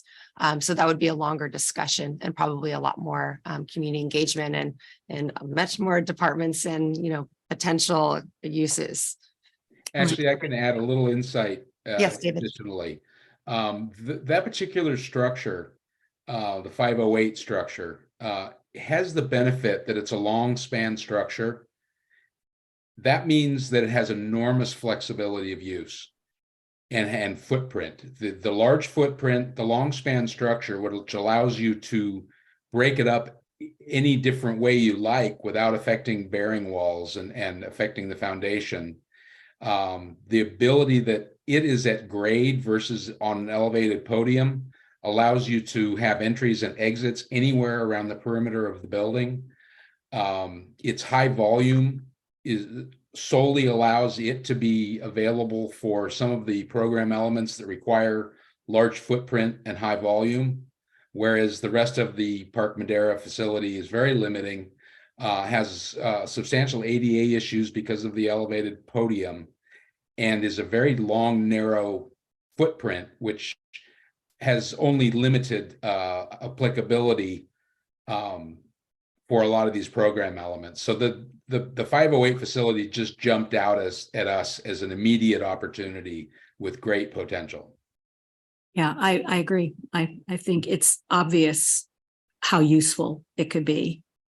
So, okay, and I think that's it for now. All right. Sure. So I have quite a few comments, but just as far as my questions at this point, so when the Menke Park facility was evaluated, did you include looking at the plan that's in circulation from the Community Foundation, Bob Bundy, which we got comments on this evening prior to the meeting? Is that plan part of your consideration, or is that sort of something that comes in after the fact and needs to be reevaluated in terms of how Menke Park moves forward? The consultants were provided the most up-to-date plan developed by the Community Foundation, as well as when we went to evaluate the facility, the park area. Dr. Bundy came and met us there and talked us through some of those elements. So it's definitely been in consideration. I did ask the consultants to independently look at how they would evaluate the park, but also knowing that there's an additional plan that has been developed. Okay. Thank you for that. I'm just wondering, in the evaluation of the restrooms in Town Park and reporting on the community conversations about the same, there wasn't a discussion about the value of more hours and more exposure to the public of the restrooms in the lobby and the lobby in itself. And I think this gets to a bigger question of what kind of community center are we trying to provide?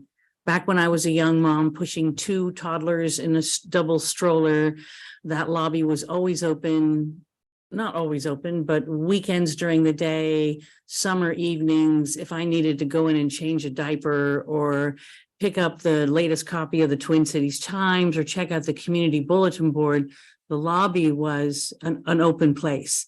And it made me feel like I actually had a community center that I could walk into. And since COVID, and even prior to that, I think we started kind of closing things off for lots of reasons. And I just would like to know that there's a note in the plan about this and that the value of those restrooms are several stalls, they're modern, they're clean, they're well equipped, even if there's new restrooms farther in the back of the park. I think that these are really valuable restrooms that we should keep in our inventory of restrooms and not assume that they're only there for classes and events. And I'm sorry, I'm supposed to be asking questions and here I am making comments. So the question is, are those bathrooms addressed like that in this current report to basically move forward with the master plan discussions that would later basically make determinations about this? At this time, the restrooms are at the community center are included in just community center discussion, the community center service. Whereas the development of the town park restroom project at the back of the facility, essentially at the back of the parking lot, is used to develop and to serve the needs of the park users, as well as we're hoping to incorporate the recommendation to not only we're completing the town park restroom project in this year, you'll receive that information, but also the replacement of the existing facilities over on the Pixley side of the park. And then finally, an addition of restrooms that serve the playground area. Which is really. Yes. Okay, but so my question then would be, do you see that the discussion of restrooms in the total matrix of all parks is interrelated and is something separate than the individual facilities or units within themselves, but is a broader policy decision for the council to consider or basically allow a different framework for discussion and further development in the master plan? I guess, but I guess this is my question to you. You're asking me this question. It's not my question. Which process it goes through to be evaluated is fine. Whatever is decided is fine with me. I'm just weighing in on the fact that this wasn't really considered in our inventory of restrooms because they're usually closed off and because we have expensive computers up there, so we can't just open the doors like we used to. So it's a need to rethink how these Adam has a response. So I would just say, since we're on this is the type of thing during the comment and deliberation or sort of feedback section, it would be great to get the entire council's sort of response to that and whether there's agreement that was something we should include going forward in this master plan process. Well, I'll stop trying to turn my comments into questions and I will wait for the comments time. All right. Good. Go. I don't know. Yeah, I have a couple. I know more, probably maybe a little bit more straightforward. The Lions Den that the Lions currently use, they've been using for years. And I think there's agreement in place with the Lions to use that in the community center. Is that out of scope on master plan? That area was referenced to in the deficiencies item list. Excuse me, but the consultants were not given access to look at that room. So David, if you wanted to address a little bit about some of the ADA challenges related to that facility, you're welcome to do so. Just looking at it as an access point of the loft area at the community center currently used by the Lions. Yeah, I think it is one of the more significant accessibility challenges. The use of that upstairs for public use or even staff use would require an elevator. You really cannot facilitate a lift that high, and a ramp that high would be just take a monumental amount of space. So an elevator would be the right solution if you chose to use that for public use. And it is absolutely a violation of the law to use that space without an elevator. And it's also a violation of the code. Should you do any improvements to that building, a code upgrade to provide access to that second floor would be required. I guess the question is, if it's not public space and it's just for the Lions use only, That's public. it still is considered public That's space? public. Even though Public is anyone. So even though there's agreement that you. The way the code sees it's still public is a lot considered public broader space? than the way you guys might see it, but public is anyone that would come in and use that space from outside. The only private entity is your staff, but even for staff use, it's not acceptable. Okay. This is for any second floor in any public building in the United States. So you're saying that requires ADA access then? Yeah, it absolutely does. Okay, just on ADA, a couple questions on ADA. Are there any, and again, maybe getting into this, are there any areas where there's an immediate need for ADA, just maybe high level? And when we say immediate, it's a type of thing where it's legal, like immediate, like we really need to fix this like now. Well, you're potentially could have a lawsuit brought against you tomorrow for someone that was. I'm not comfortable having this discussion, honestly. I'd rather just have these discussions. I mean, one of the things that David's going to do is meet with our Thomas Aarons, our current building official, in the next week to have those discussions, and specifically, ultimately, David's right. I'm not saying he's not. He's telling us what is that's not in the factually report, correct. so I feel But like I we don't need want to to get have- into that specifics of actual specific areas of town hall. I mean, for example, just as an example, we've had our old town hall was a 2-story public facility, and we were in there for many years, obviously. So that doesn't mean, I think what David's just pointing out, there are risks and there are liabilities associated with those things, and we just have to be very cognizant of those. And so, David isn't, I appreciate David pointing out all the sort of deficiencies with regard to the code and the law. It's going to be up to the town and our staff to really address those in in a way that we think is prudent going forward, to make sure that we are being responsible, stewards of our facilities. So you'll come back to us with the report on those, basically? Yes, we'll come back with recommended priorities of those fix-it lists, I guess is how I would phrase it. Okay, thanks. And just to be clear, often, even though it's in the report here and some of these matrices, artificial turf and swimming pool are off the table? According to your direction at the retreat, yes. Okay, So thanks. the Commission has also discontinued any research on either alternatives. Okay, thanks. And then can you go through the timing again? Park and Rec, this goes back to Park and Rec.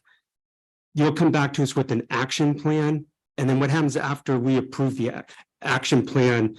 We're not looking like immediately like the next 2 months starting these projects. Right? I mean, can you just kind of tee that up for expectations? Or just to outline some expectations is that the master plan is generally a 3 to 10 year document. So those are plans and actions that you'd want to incorporate in the next 3 to 10 years. There could be things that could be accomplished sooner.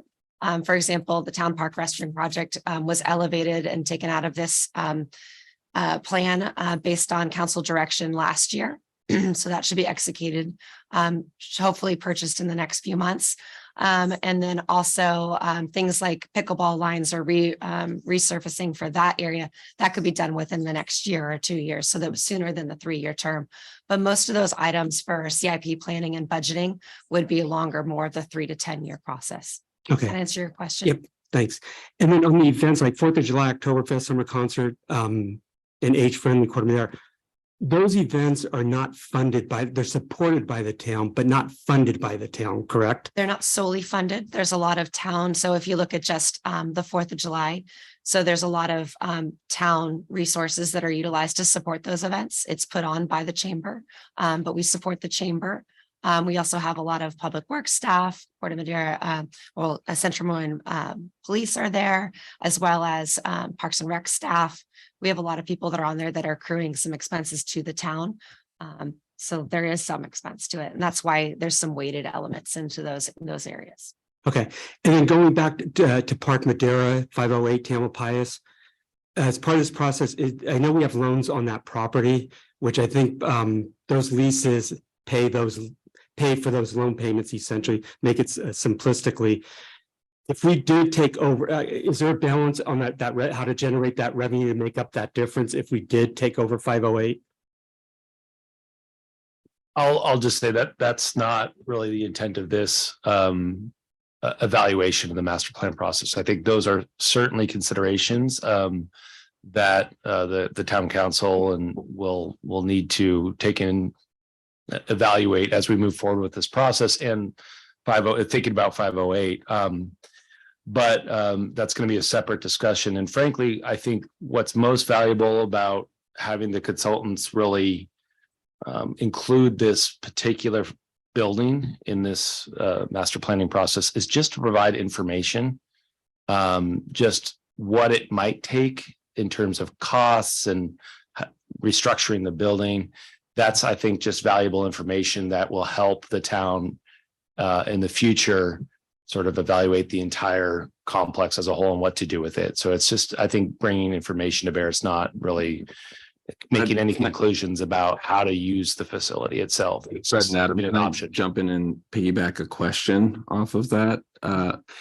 In the matrix, one of the most valuable and weighted thing was need for facilities, additional facilities, right? But we didn't actually say what those facilities are, but the 508 is not identified in that. So the question is in that basically, are they identifying that we need new facilities, or could this basically meet some of those needs and it's outside of the review of the town park as it currently is? That was one of my questions, and I think it's leading it directly to the conversation you're having. So it's that one on the right, where it says additional recreational facilities. And yes, they've noted their own kind of strategies or whatever previously, but that's my question is could 508 basically meet some of these? Is that why 508 being included in here is critical and important for us to at least consider? Yes, correct. So looking at, a facility such as the size of 508, looking at how it could be ranked, there's a lot of number 3 items that could be utilized or incorporated into a space of that size and the dimensions and accessibility. Awesome. Thank you. Good. Yeah. Oh, that's good. It all works out. And then when you come back to us, you're going to come back to us with the costs within the action plan, the costs associated. Do we miss the budget window to do that? And to me, there's 2 parts of this. We have the CIP projects, which could be, I'll just make this up, new pickleball courts versus the infrastructure part of it, which is like the fixes. How does that, I want to say, melt back into the budget if we're kind of missing that budget window? So I think right now, my opinion going through this process is that most of the project and priorities that are going to come to council in the final document, hopefully in the next 3 months or so, will be larger ticket items that we would want to include in future budget cycles, not this next one that's going to be under review. I think for this one coming up, I'd love to see just the accomplishment focused on securing and building the town park restroom project, which is already partially budgeted from last year and rolled over. And if there's some smaller items, then I think that those could come to your attention and be amendments. Okay. Would there be any consideration to just setting up like a reserve X amount of dollars through the budget process so you don't keep coming back to us for amendments? I'm just getting that, just a question to get that out there. Yeah, I think we're evaluating how best to sort of budget for some of the projects this next fiscal year. But that's going to be discussion really between Daria and Ashley and RJ and I that will come back. So you'll see some. Certainly, I want to have abilities to move forward with some projects in the next year, whether they're the fix-it items or potentially smaller items on this list. But we have to figure out exactly what amount to put in there, but we'll have some options for the council. Okay, and then just one last piece on the project part of it. Are you factoring in staff time? Because I know RJ has a full plate. That's why I'm asking. Well, that's why RJ's. Yeah, we need to make there's the limitations on any of these projects are going to be costs, capacity, are the 2 main ones to actually deliver projects within the and they'll be part of the CIP plan. I mean, all of this really goes to that. All right, thanks. And I think maybe one thing that that you've mentioned and brought up that, there's alternative ways to figure out how we can best support our teams going forward to secure that these improvements and projects are seen through, recognizing the limitations of our current staffing. There's constructive ways, like, for example, putting in a draft fixed year term of a project manager so that they can implement some of these projects going forward. So that would be something that would come to council's review and consideration. Thanks. Eli, did you have any questions? No, that was between the staff report and the presentation, very thorough and with an eye to the time. I'm trying to keep my analysis high level. There was nothing that rose to that level to ask a question about the process that we've seen tonight. So no questions. Thank you. Yeah, I don't have any questions because I brought it up in the other two. And so I'll close questions for the council and open it up to public comment. Seeing no one in person, is there anyone online that would like to make a public comment on the master plan or have? At this time, we don't have any hands raised, and we don't have any additional public comment from what was sent But earlier. as we have received some previously, and that's part of the actual packet that's available to the public if they want to see. Correct. What There that was one that public was comment sent is. to council earlier today in the afternoon, and anyone wishing to read that comment can go to our website. It was uploaded already. Great. Okay, so we'll close public comment and I'll bring it back to the dais for any final deliberation so that they can move forward and bring something more concrete back in a couple months after these other steps, right? So we're looking for high level feedback for staff. And then ultimately, I think it's just to receive the report and provide comments. So we're not looking for a motion or any kind, it's just an ongoing process, right? So. Yeah, I'll say that going over the report, I believe it's very thorough, and I appreciate all the work that's been done on it. I think I'm perfectly ready to accept it. So also keeping an eye on the time, I can limit my comments at this point, but I would love to be able to, since this is a draft plan, I would love to at some point provide some feedback. And if now is the time, I'll try to do it really quickly, or if there's an opportunity later, I'm happy to do that. I'll defer to staff to answer that. We don't control that. Go for it. Okay. So real quickly, let's go from west to east, starting with Menke Park. The border that's shown where you show us Menke Park, it's really just the green space.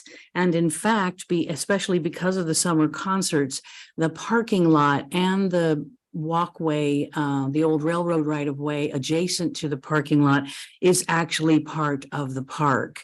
When we close off the entrance to Montecito from Tamalpais, that whole area should be looked at as the park. So can I get a clarification from staff if that truly is under the? It is, we bought it. We were deeded over Right. that land I'm by the asking county. staff though. Okay. It's important for you to understand whether staff knows that you're making comment now. Not in public. Yeah, no, I think it's fair to extend that comment to extend sort of, maybe it's a different way of showing it, but it is obviously utilized for existing town programming related to events. So in that regard, I think the opportunities looking toward the future sort of could also look at that space as part of that. Great. Right. The community there has said many times that when that barricade is up, it creates a really wonderful, large outdoor plaza. And so I think in the slot of opportunities, having a portable barricade or some way to really turn that into a plaza, it's something I heard a lot when I was walking around Christmas Tree Hill and in that neighborhood. So move on from that. Going to Town Park, I mentioned again the restrooms and sort of just redefining this community center. I would like there to be some conversation about that, how we use it, how it provides welcoming, how the Lions and the Women's Club incorporate. I know it's a mess to have these other organizations. As Adams pointed out to me, there's no other town in Marin County that tries to accommodate these stakeholder organizations. And I think we can use them to facilitate the process and be good stewards of the building. And I think it's just so it's not just the programs itself, but it's how are we working with our partners to deliver these kinds of services to our community in a really efficient way. And that to me seems like it should be part of the master plan. And then Park Madera Center, I was at first like, oh, why are we not looking at the whole center? But I get that that would be a really big task and something that lies ahead. But I just know the Pet Club is bringing in $9,000 a month right now. And back when we first started talking about this, there was a big group of Pet Club fans who came out and said, don't close down our store. I don't know if that's still there or not. Are we evaluating that? Is there a way to find out what the community wants from Park Madera Center? And then Just for the record, I think it's about $25,000. You said 9,000. Month? Yeah. Wow. Okay, I guess that was an old number I had. Yeah. So that's a lot of money to make up, and it's I think a valued business. So I just think I need to know that we're evaluating all of those things. Again, just information we're trying to get through this process on that site. And then just a comment overall, with the potential parks location shows how hard this job is, because there is a lot of potential in Corte Madera. Town Park Plaza wasn't mentioned. That's a gathering place. That's a place where meetings can be held. We've got a covered shade structure out there now, and that really should be seen as a town facility, because it is. It's owned by the town, and it's there for a use. Another facility is Really quickly, if I could just say that's included in the detailed deficiencies of part of Town Park. Oh, that okay. it is So maybe included, if it I was get evaluated. deeper into the grass, I'll find it. The other thing is the barn. The barn has been used as the pack rat storage for the town for a long time. And I think that should be evaluated as to what its potential might be. The Shorebird Marsh Overlook is another park that's not on the list. So there's. Patricia? Yes, sir. Nobody else knows what you're talking about the barn. It's only internal to a couple people within the Oh, town. absolutely. So I think That conversation before. but this is new staff and it's also new council. So I Okay. think if you're going to bring up new items within the context of a master plan, I think it's just important to not just use the catchword for what it is, but try to explain Okay. where it's located and what its true function is. Trying to talk fast. I'm I sorry. understand, but I think that you're now talking to the public and giving Okay. direction to this whole team and so I would just it would be good so that the public understands what you're really requesting to basically have further evaluation of. Okay, so attached to the back side of Cafe Verde is a large barn that was actually one of the original structures in Corte Madera. And it seems to be invisible because people can't even envision that it's there, but it is there. And when Cafe Verde went in, there was actually an option to lease that was granted to Cafe Verde as a part of the deal moving forward. I don't know that he's still fighting for it. He fought for it for a long time and we got a lot of no's, but I just think if there should just be a note somehow that this inventory of potential park locations, there are others that are not on the That's list. great. And that was my only. No, that's perfect. That's only what they asked for. Adam and others are reviewing it now. And I think it was very explicit what your understanding of it was. And I appreciate for Well, that I'm glad you clarification. approved. Thank you very much. I just needed clarification. There's no approval yet. Thank you. That's all I have. Right. So then I'll look to Fred. Yeah, I'll be quick and I can talk really fast. One thing I want to thank staff and I want to thank the consultants. I mean, to this point, and those on the commission also that did work on this, because I think we've come a long ways. So I just appreciate all the work. And there's a lot of data. Sometimes I'm on data overload, but I think it's a good thing, not a bad thing. I like the opportunities to expand out more, which have already come up. 508 Tamalpais. I know we have to balance out what revenue is being generated versus what we could bring in from a park and rec standpoint. But I think that's an ideal location for programming. It seems like maybe cost effective because there's already existing structure there. Mickey Park, there's the opportunity there. I'm gonna look at Adam for a minute though, Mickey Park. Is there a way where we can expand that out and not just look at the park, but somehow economic development, for lack of better words, for that whole area and integrate that in there also? Instead of just looking at it as just the park aspect, but the businesses that surround it also.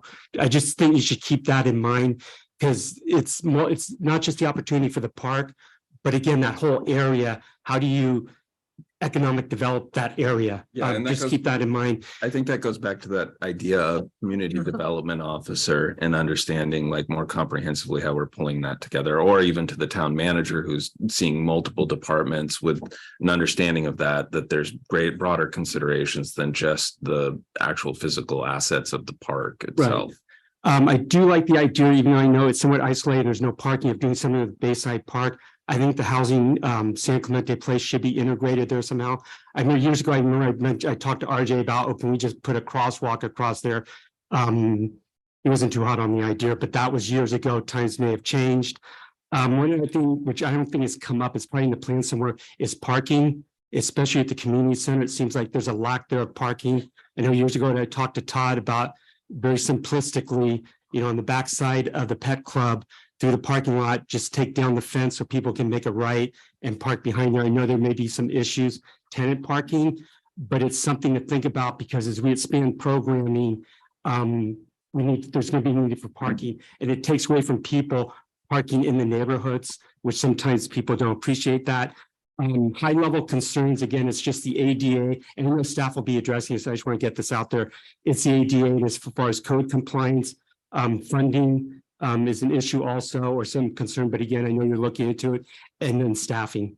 And then one last question, was potential housing, was that taking anything into consideration for this plan? Like if we start building 300, no, it wasn't. Okay. I just want to make sure. Okay. And then just one last thing, David, I think you said you live in Nevada, you come down here for pickleball classes. I actually go up to Nevada to play pickleball up there.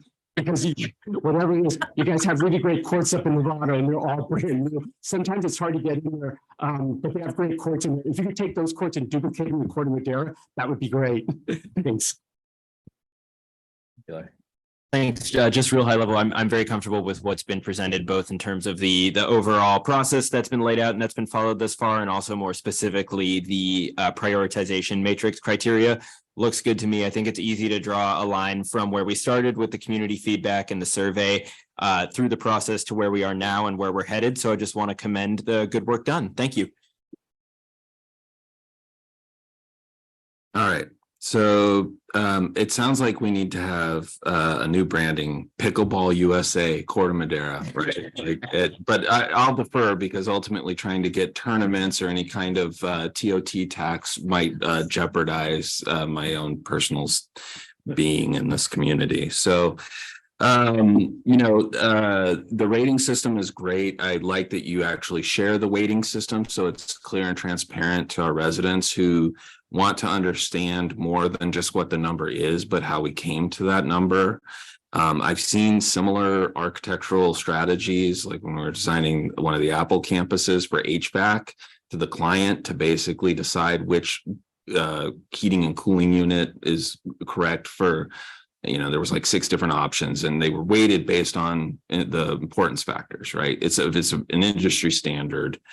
So I really appreciate that. And I can always tell whether a report is worth its money and how much I actually read it. And I read it comprehensively, every single word, every single page throughout that entire document. So, and most at the council level, even more so, sometimes it becomes gloss, right? And this is not a gloss. I would really recommend everyone dive into it because it is an incredibly useful document for really getting down and solving real passionate problems for this community. There's nothing more political or passionate than Parks and Rec. And I thought it was planning, but I'm wrong. So thank you for that document. I think I looked at that. I've feared this process. This process has been incredibly challenging and in some ways disappointing in some of the feedback and just discussions that I've seen over the last couple of years.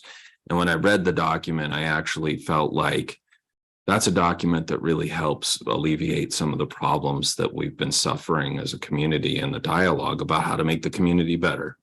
So I thank you for that. And with that, that's all my comments I have. And Patricia had one more. I just looked over my notes and saw that there was one more thing I wanted to mention, and that's Higgins Landing. I know that site has limitations, especially related to ADA, but a community like Corte Madera with as much water frontage that we have, I just think we should be really working to try to find a way to help people get their kayaks in the water. And maybe if we can just make a note on this plan that if Higgins Landing isn't viable, then maybe we can look around and find another spot.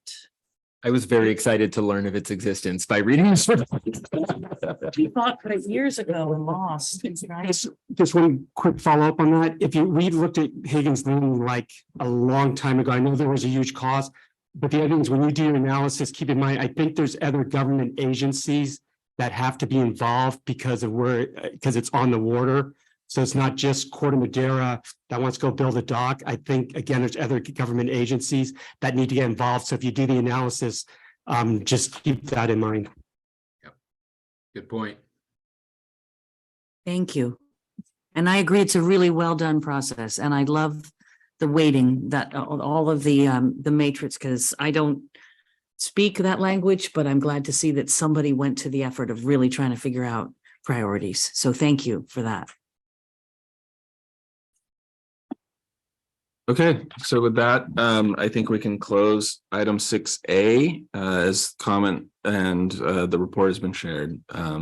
So moving on to item 6. Really quickly, if we could just Yes. thank our consultants. Thank you so much for your time, and you don't need to stay for the rest of the meeting. Thank you very much. All right. Thank you. Thank you. David, Alyssa, and Barbara. Keep up the good work. All right. And then also, I think that to close this item out, I think Fred wanted to speak a little bit to Ashley.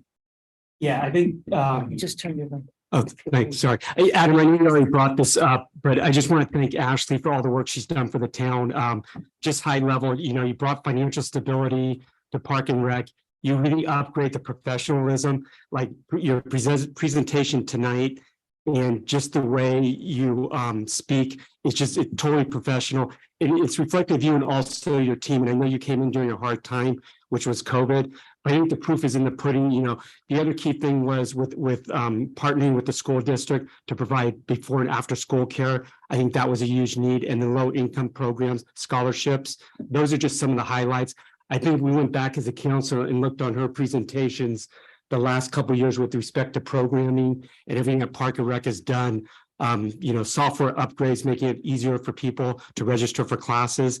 It's tremendous. I was in the old days with the old Park and Rec director. You went from 0 to 100. So A+. So again, just appreciate everything you've done for the town of Corte Madera and wish you luck in your future job. Thanks.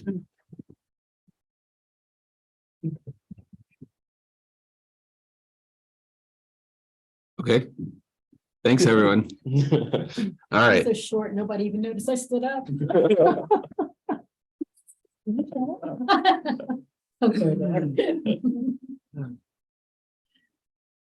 All right. So at 9 o'clock, are we going to have to, is it 9 o'clock we extend the meeting by vote? 9:30? Okay. All right. So I'll close item 6A. And moving on to item 6B, this is discussion and possible acceptance of the 2023-2024 Climate Action Work Plan with the recommendation that we either accept the item as requested or continue talking about it, I guess. Charles, I'm sorry, before Phoebe starts, I do have one request. Do you know you could just switch with either Tim or Ashley just so that we can see you? Thanks, I appreciate it. So it's a minor detail. Thanks. I didn't mean to kick you guys out, by the way. It gives you the opportunity to exit.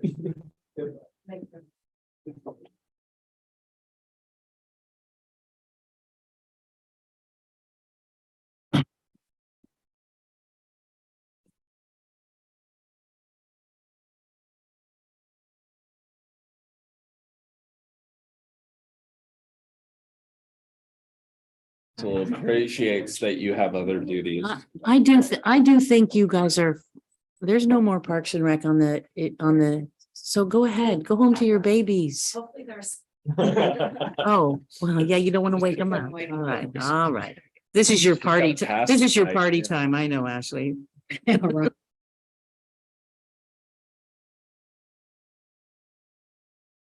So I'll open it up to Adam. Are you going to start us off and give us kind of a brief, or are we going directly to Phoebe? We're gonna go pretty much directly to Phoebe I'll stall for time until she's ready. Very happy to have Phoebe here to present to you the climate action work plan. And I will say I'm really excited by the work that Phoebe's really spearheaded here in terms of just capturing where we are with our climate action plan, but also developing this really robust and I think solid work plan going on climate action. So I will turn it over so we can get through this. Thank you, Adam, and good evening, Mayor Lee and council members. So I'll be presenting this item, which is focused on the 2023-2024 Climate Action Work Plan, which was included in attachment 1 of the staff report. And the goal of developing this work plan is really to prioritize which climate action items that staff are going to prioritize this year. And ideally, in future years, it would be aligned a little better with the staff work plan that council accepted last month.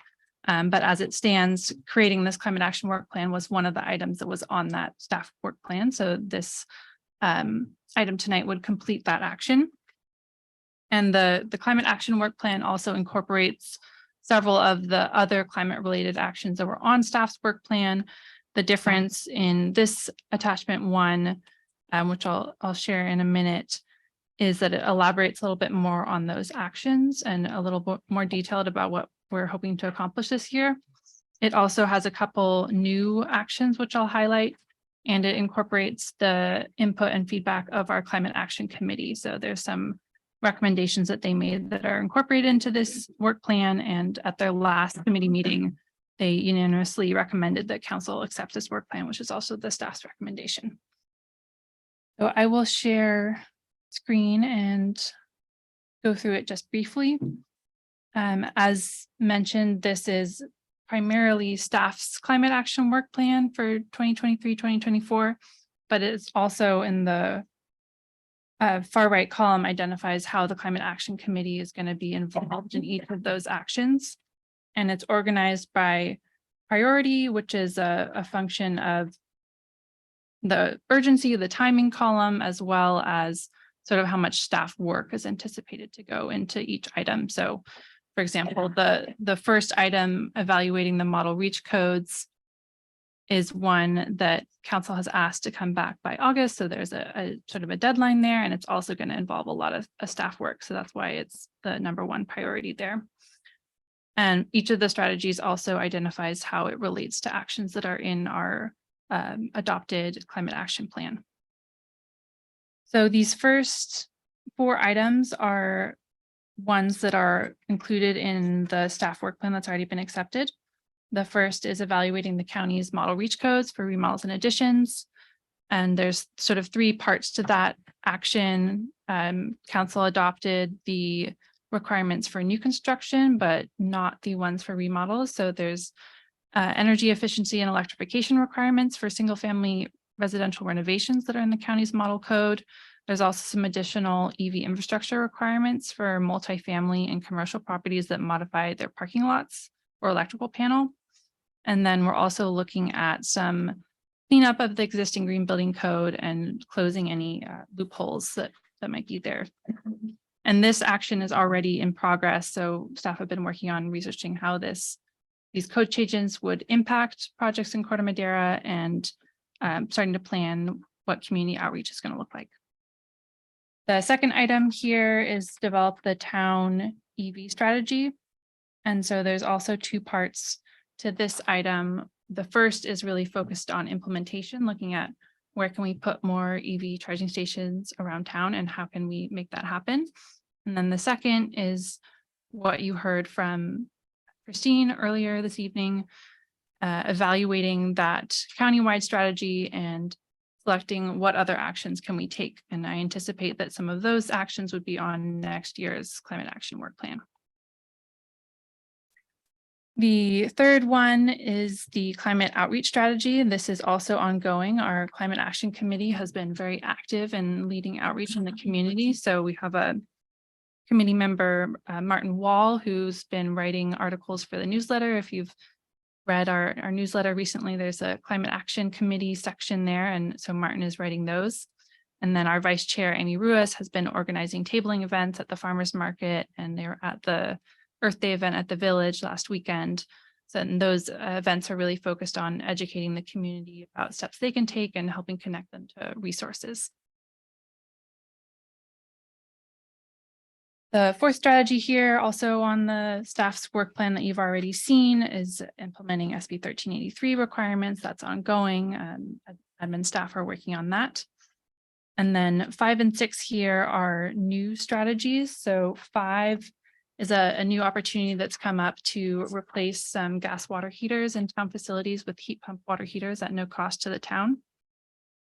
And 6 is a new requirement due to a state law, SB 379, that requires automated solar permitting for certain small residential systems. And that's not required to be implemented until September 2024. So this is just sort of starting to look at it. And there's also some grant funding that's available now that won't be available later. So that's why it's on this work plan. 7, the reusable foodware ordinance has already been on staff's work plan. So staff are continuing to evaluate that.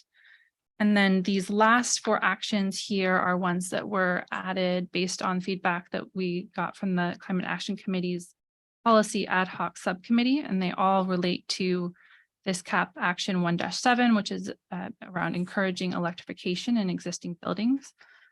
The first action there, 8, is actually building off of the planned update to the fee schedule that is already in staff's work plan, and the Climate Action Committee is recommending that as part of that update, we consider structuring the fees in a way that incentivizes electrification.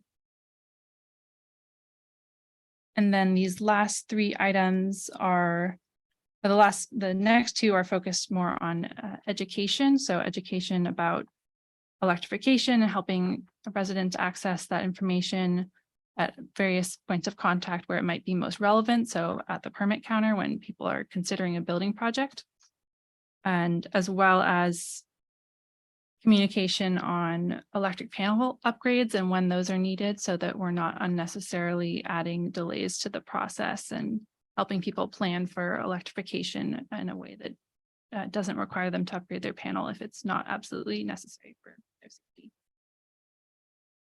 And the last action here is the Climate Action Committee is interested in evaluating a time of burnout appliance electrification policy. And that's something that's going to be evaluated as part of a process that's going on countywide this year, which is the countywide electrification plan. And so I will be participating in that process. And I anticipate that the outcome of that will be some really implementation focused next steps and guidance, and those items will likely be on next year's climate action work plan as well. So these are the 11 items that are proposed for this year's climate action work plan. And the options presented in the staff report are to accept the 2023-2024 climate action work plan as presented in this attachment 1, or direct staff to make changes to the work plan. One note of clarification, and maybe Rebecca, you can chime in on this too, but regarding the foodware ordinance, I mean, certainly the next step in the process was to come back to the town council and present some options based on some additional information we've received based on the questions that the good questions that we got from the town council. So that would be the next step.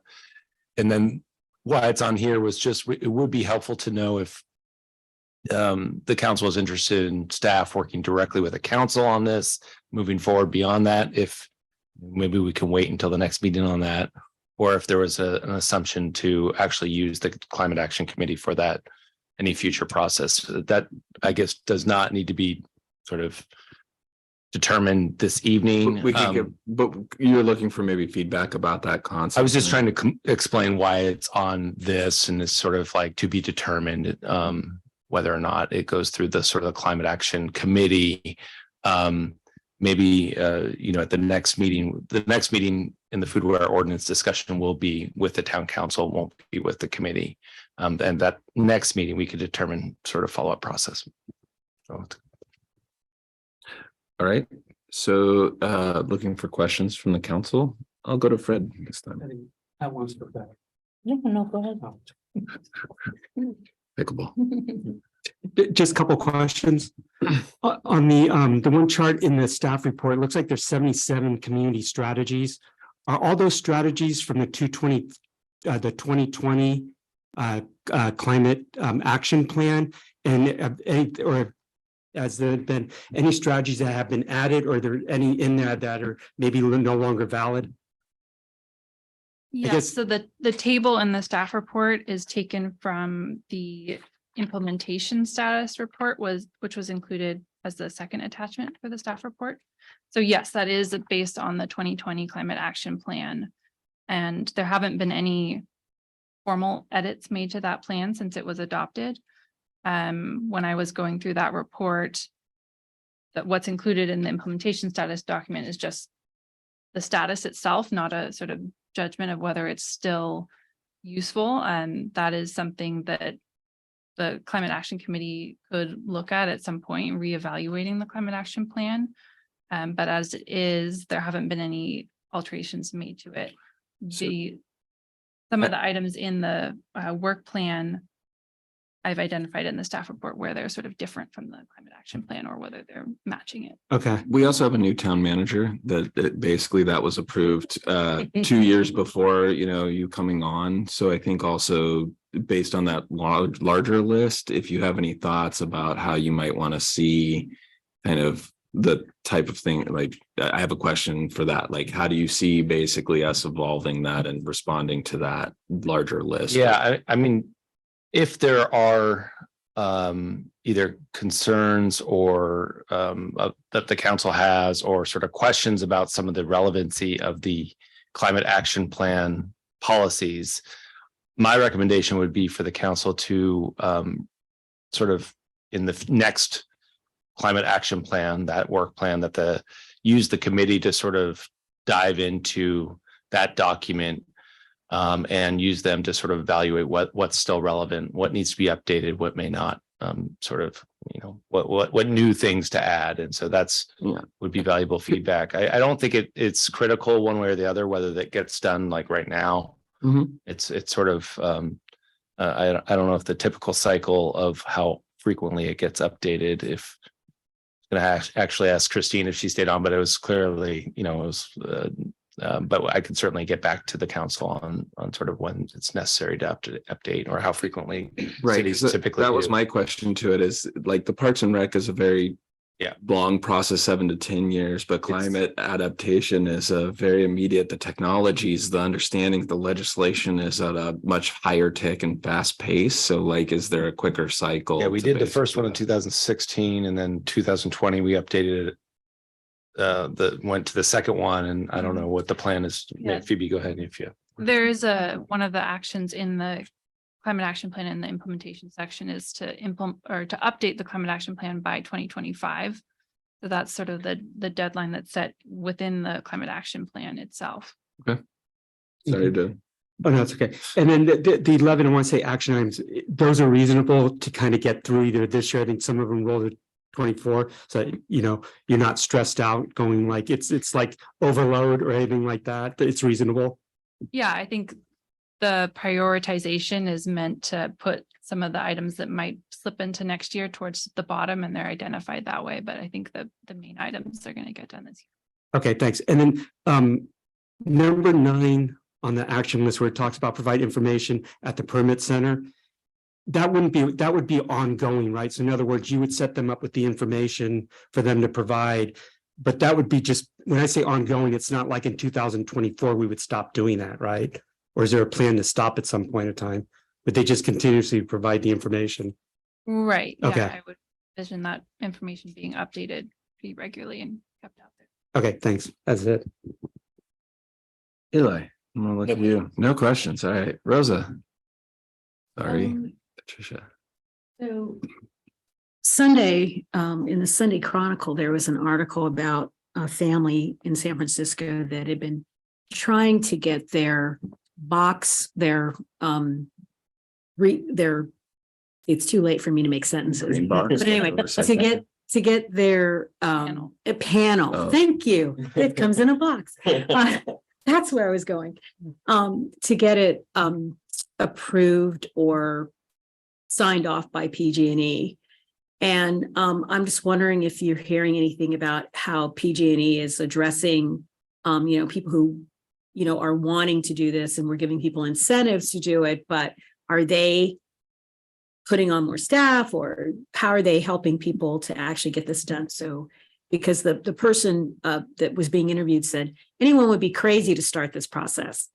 We don't want people to think that. So I guess I actually asked our inspector about that today at our staff meeting, and he says he's been seeing about 2 to 3 weeks, some delay, mostly he thinks due to storm related activity that they're diverted there, but not significant, 2 to 3 days for sort of new connection requests from PG&E.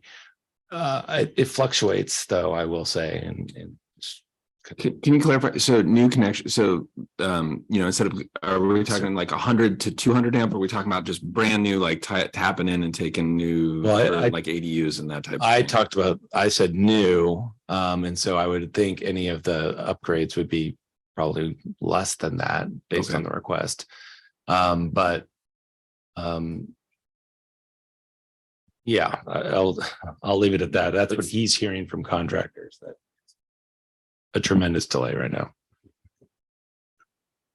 Right, because I've heard other stories from elsewhere that it's well, so I mean, do they have different regions also? So different regions could be impacted different. So basically an execution that's happening in another town might not actually reflect what our service center is able to do. Yeah. They were in San Francisco and it'd been a year, but they were doing the entire house and plus getting an electric car.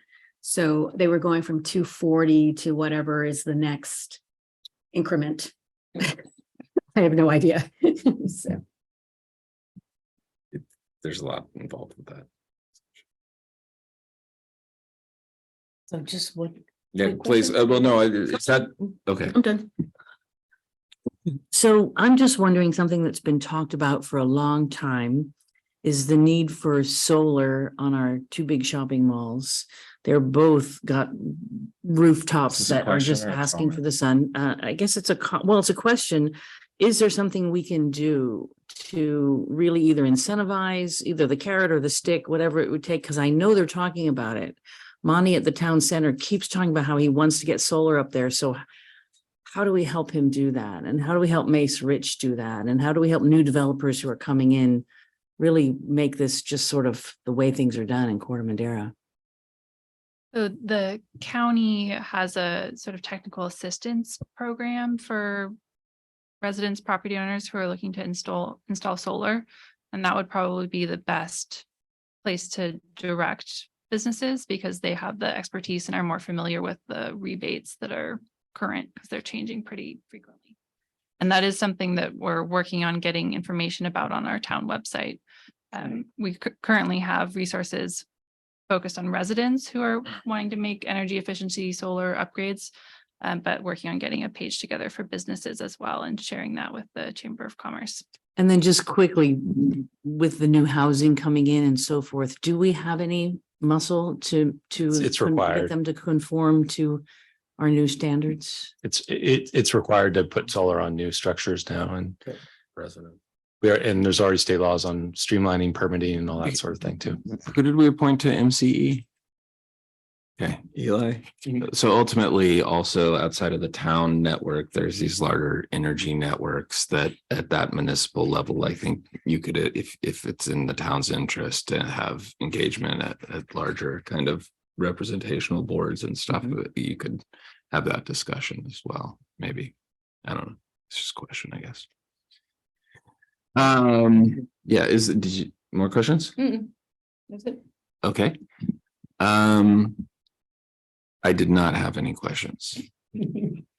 So I will open it up now to public comment and seeing none in the audience, we'll go online. We do not have any hands raised and we don't have any emailed public comment for this item. Right.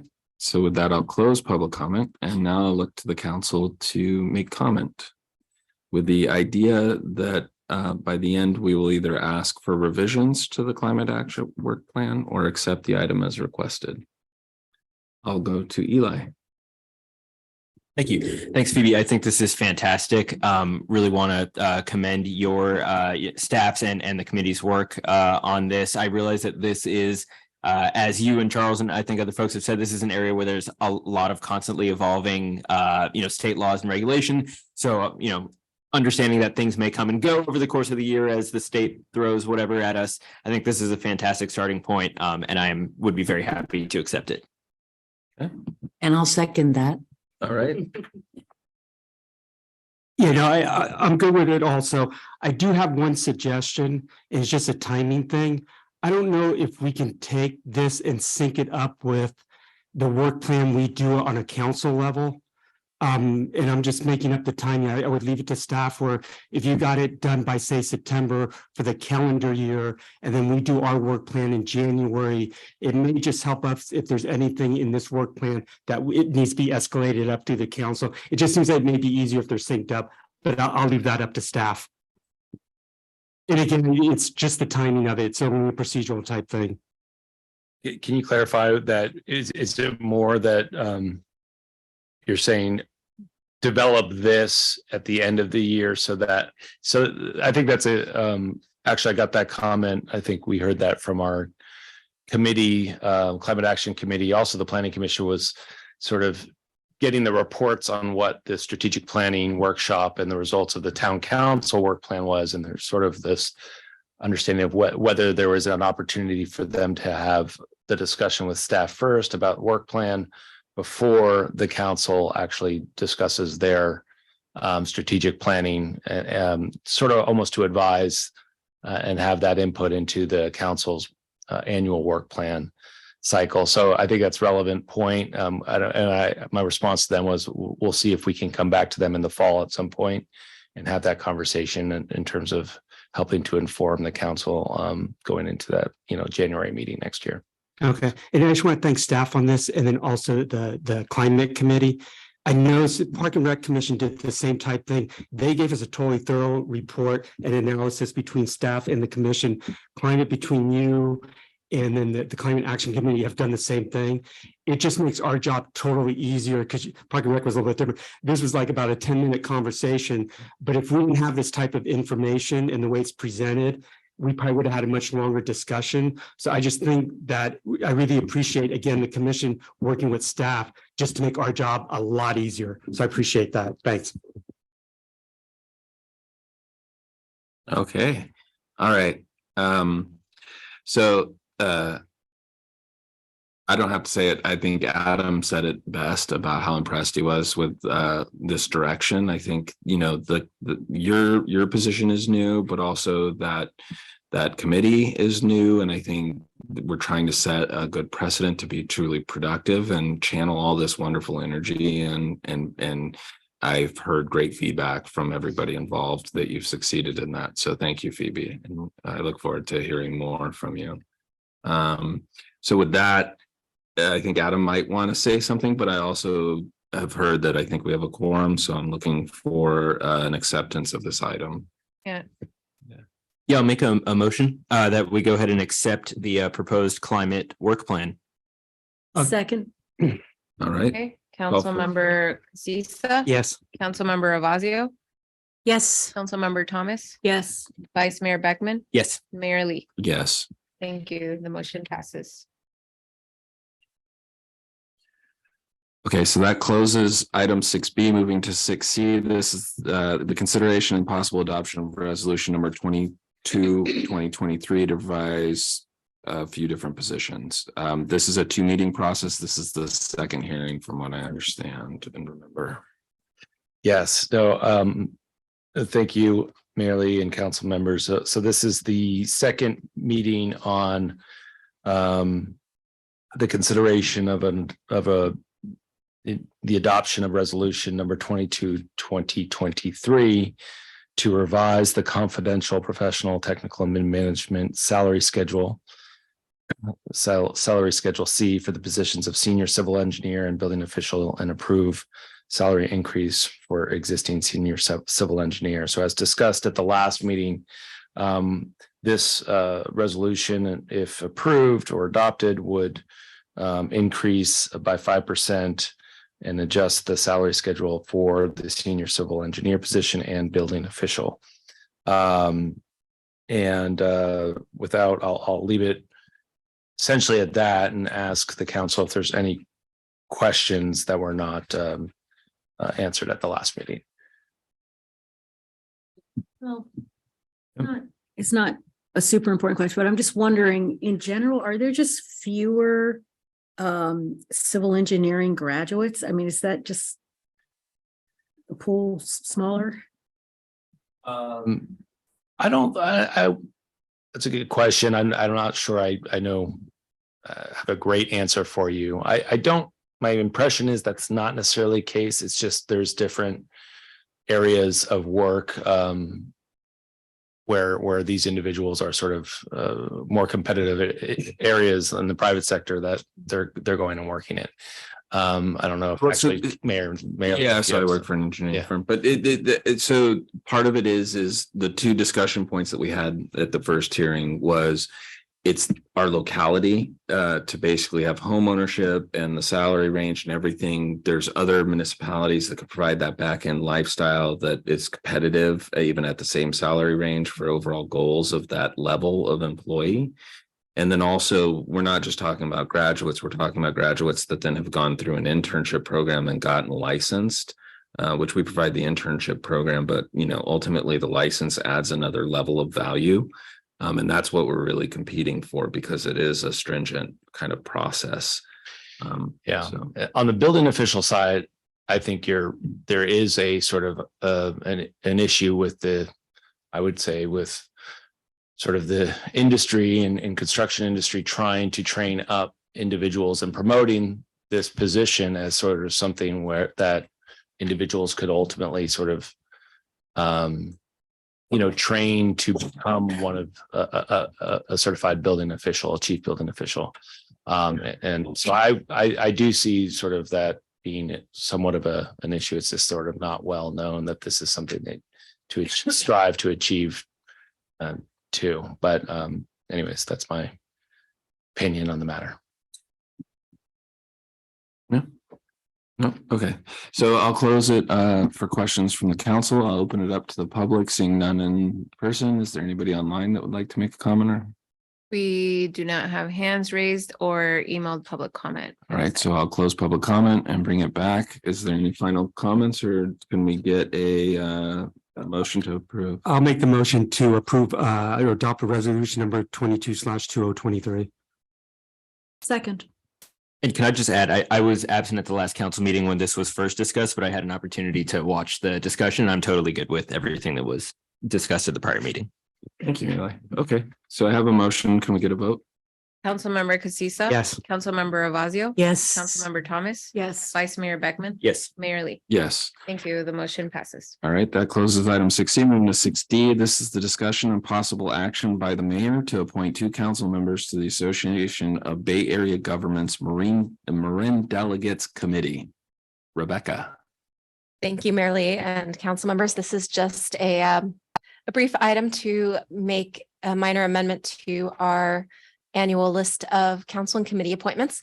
We had annually appointed 1 or 2 council members to serve as our representatives to the Marin ABAG Delegates Committee that has been organized by Novato Councilmember Pat Eklund for the past decade or more.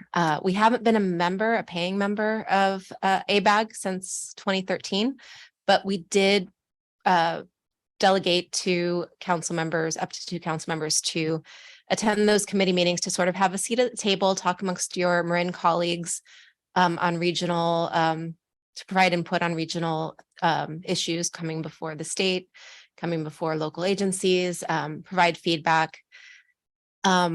We had removed it from this year's list of appointments because we had thought that the committee wasn't meeting anymore, but Mayor Lee just received an outreach from Councilmember Eklund saying that she hoped to convene the committee shortly by the middle of this month, if possible, to get input on the stakeholders engagement process, to provide feedback for the California Housing Future 2040, the next regional housing needs allocation, and provide feedback regarding the regional housing needs determination and allocation process and methodology.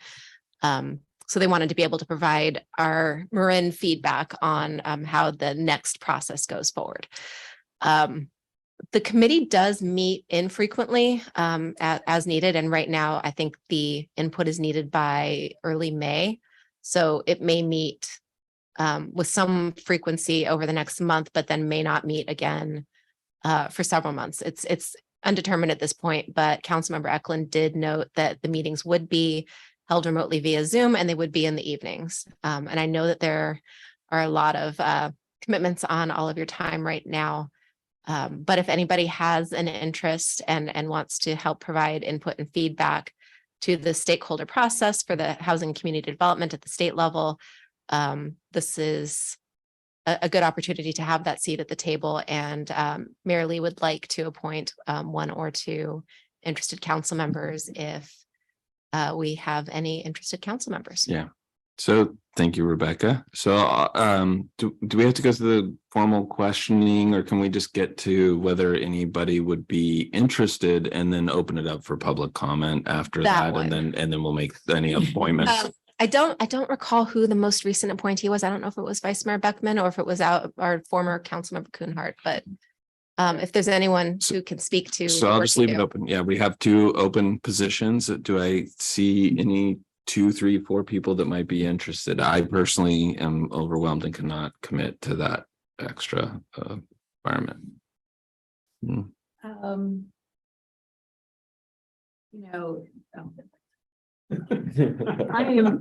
I am interested, but I'm also, I don't want to overcommit. But I'm on a couple of, or on another committee that has to do with housing, so it kind of would connect. So we also have the ability to throwing that appoint, in. yeah, so we have the ability to appoint one actual delegate and then like an alternate too, and then ultimately you could default to the alternate. I did talk to Pat specifically what her goals were with this. There's a comment period where council members are allowed to basically make comment to the process, and so she's looking to basically aggregate comments and have a broader discussion about how we present ourselves as a Marin kind of group. So it's very acute and specific to that. If you're interested in that's really what she's looking for. And it was that it had not been operating for a couple of years. So that is why she's brought it back and asked now if we would be interested. That being said, I see Patricia not interested. Maybe Eli, would you like to revisit your attendance? I would love to, but I really feel like I'm at my bandwidth right now. Okay, I'm sorry. And then Fred, would you like to attend? You could be on it. I mean, so we don't have to make an appointment. Just to be clear, she's looking for comment, which could be available. And also she was looking for a socialization within the community that this process is ongoing, and the community members can ultimately also make comment to the RENA formulations moving forward through this. I think it's like an EIR or some similar process of evaluation. And so if we don't have the time to directly communicate our own personal delegates, maybe as in support, we could advocate and have direct staff to basically reach out to her and find ways we could support her in that way, if we want to do that. Well,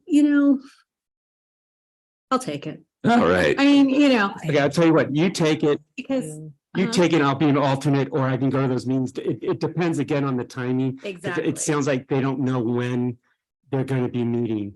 That's correct. So I could have commitments, but Mhm. we can figure it out. She did mention they would take care, they're all the delegates are also sit on some of the same board and commission appointments that our council also sits on. So they're cognizant of those requirements and they don't schedule anything that overlaps with any of the big countywide JPAs. They know other council members participate. Okay, but even like Ross Valley Paramedic, it's just Central Maine Police, it's ones like that also. And how much does it pay?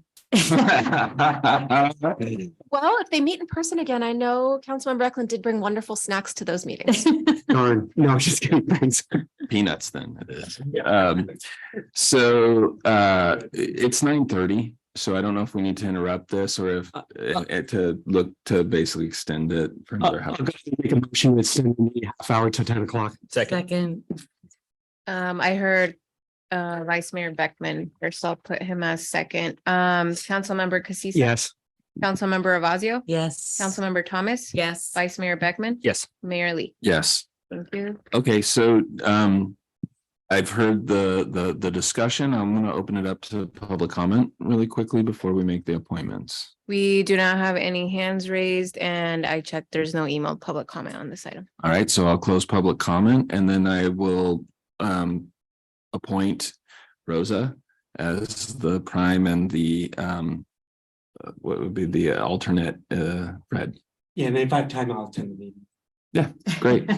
Yeah, because I think that any comments will be received well. So so with that, is there any kind of ratification of that appointment or is that just we can close the item?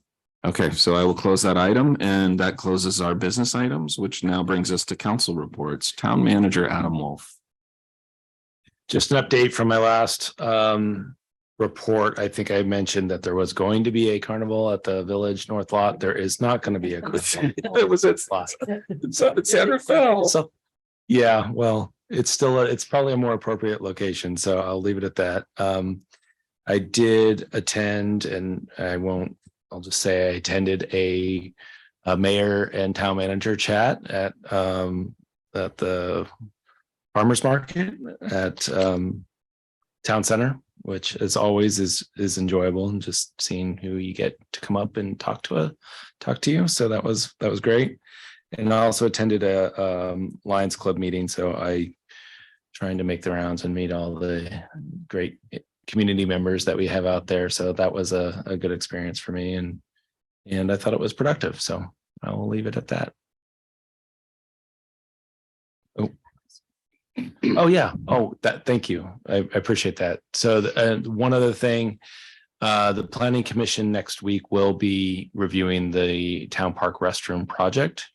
And so after they review it, there's a sign out there right now. If you go out there, you can see the sort of the limits of the structure, and it's marked with Public Works put out a rendering of what it would look like as well. I will say we're also getting some pro bono help from Rich Perlstein, which is great, as just on some materials and making it look a little bit more Corte Madera, So in any case, that's great, and I expect that to go well. And then it will be back in front of the town council after that for your consideration and possible approval. Great, thank you. So then we'll move to town council reports. Fred. Yeah, I'll keep this quick. I attended Twin Cities Disaster Committee, also attended Transit Board meeting yesterday, attended Park and Rec Commission meeting via Zoom. And then I did attend the Lions meeting that Adam spoke at. He did a great job. Thanks for doing that. That's it. All right, Eli? Nothing to report. Rosa? Yes, I attended the Marin County Community Development Agency countywide priority setting meeting, where we reviewed 5 capital improvement projects and 15 construction projects that, of course, exceed the amount of funds that there are, but no decisions made yet. But there were some really interesting projects and presentations. I also attended the Marin Healthy Youth Coalition, and they discussed standardizing school curriculum for substance use prevention and harm reduction. They're moving to put that as legislation through the state so that it has standards, has standardized message given to all the kids, like they do with sex education. And tonight at the Lark, they showed a movie called Screenagers Under the Influence. And it's going to be at the San Rafael Theater on the 25th of this month. It examines the impact of online media on teens making decisions about substance abuse. And it's actually going to be, it's being covered by Good Morning America. So there'll be a story about the one in the showing in Lark on Good Morning America tomorrow morning. So if you want to watch it. Big time. Yeah. They got things going on. You're part of that. Just a couple quick things. I did attend the Transportation Authority of Marin Board meeting and saw some really interesting ideas for the hub in San Anselmo, which is being considered a regional transportation challenge to make it work for bicyclists and pedestrians.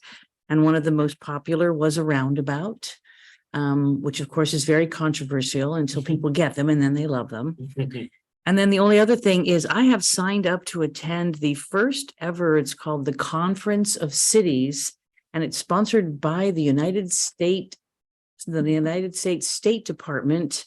And according to their materials, it will be presenting information regarding the Inflation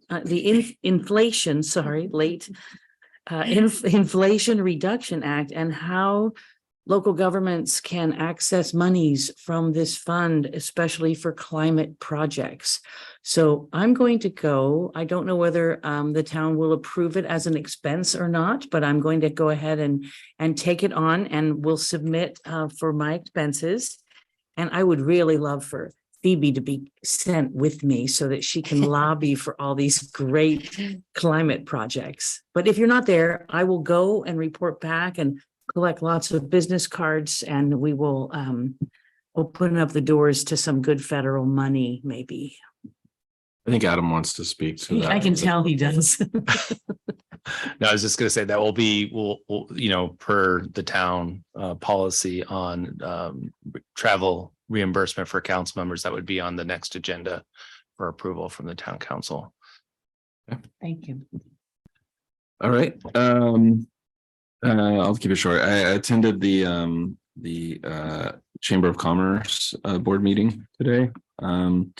They're still discussing and also received the comments back from the county on the food ordinance, and they're directly communicating with their constituents about the impacts that might have. And as far as, next steps with the ordinance and whether it comes back to the council, it is my understanding that staff is engaging with the chamber as a representative for some of these business entities. So I just want to make sure that voice is heard and understood and part of the process as well as we move forward. Because and that had to do with timing, is what they basically identified as, that they would like larger timelines to basically share any kind of if the agenda comes out and it's only 3 or 4 days, it's not enough time to alert the businesses that might be impacted. So they were looking for a longer timeline to share kind of an expectation of that coming up.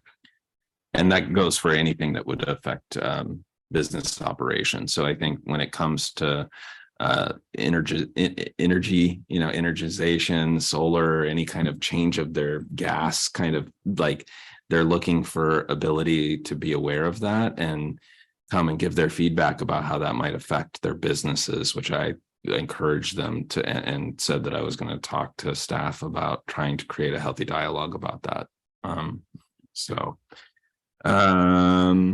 And they're getting excited about 4th of July, I think, and a few other critical events. And, we've started the dialogue about how we can make that a destination experience, and given our new staff and just in general ways to approach it and support it, I think we might see some feedback on that.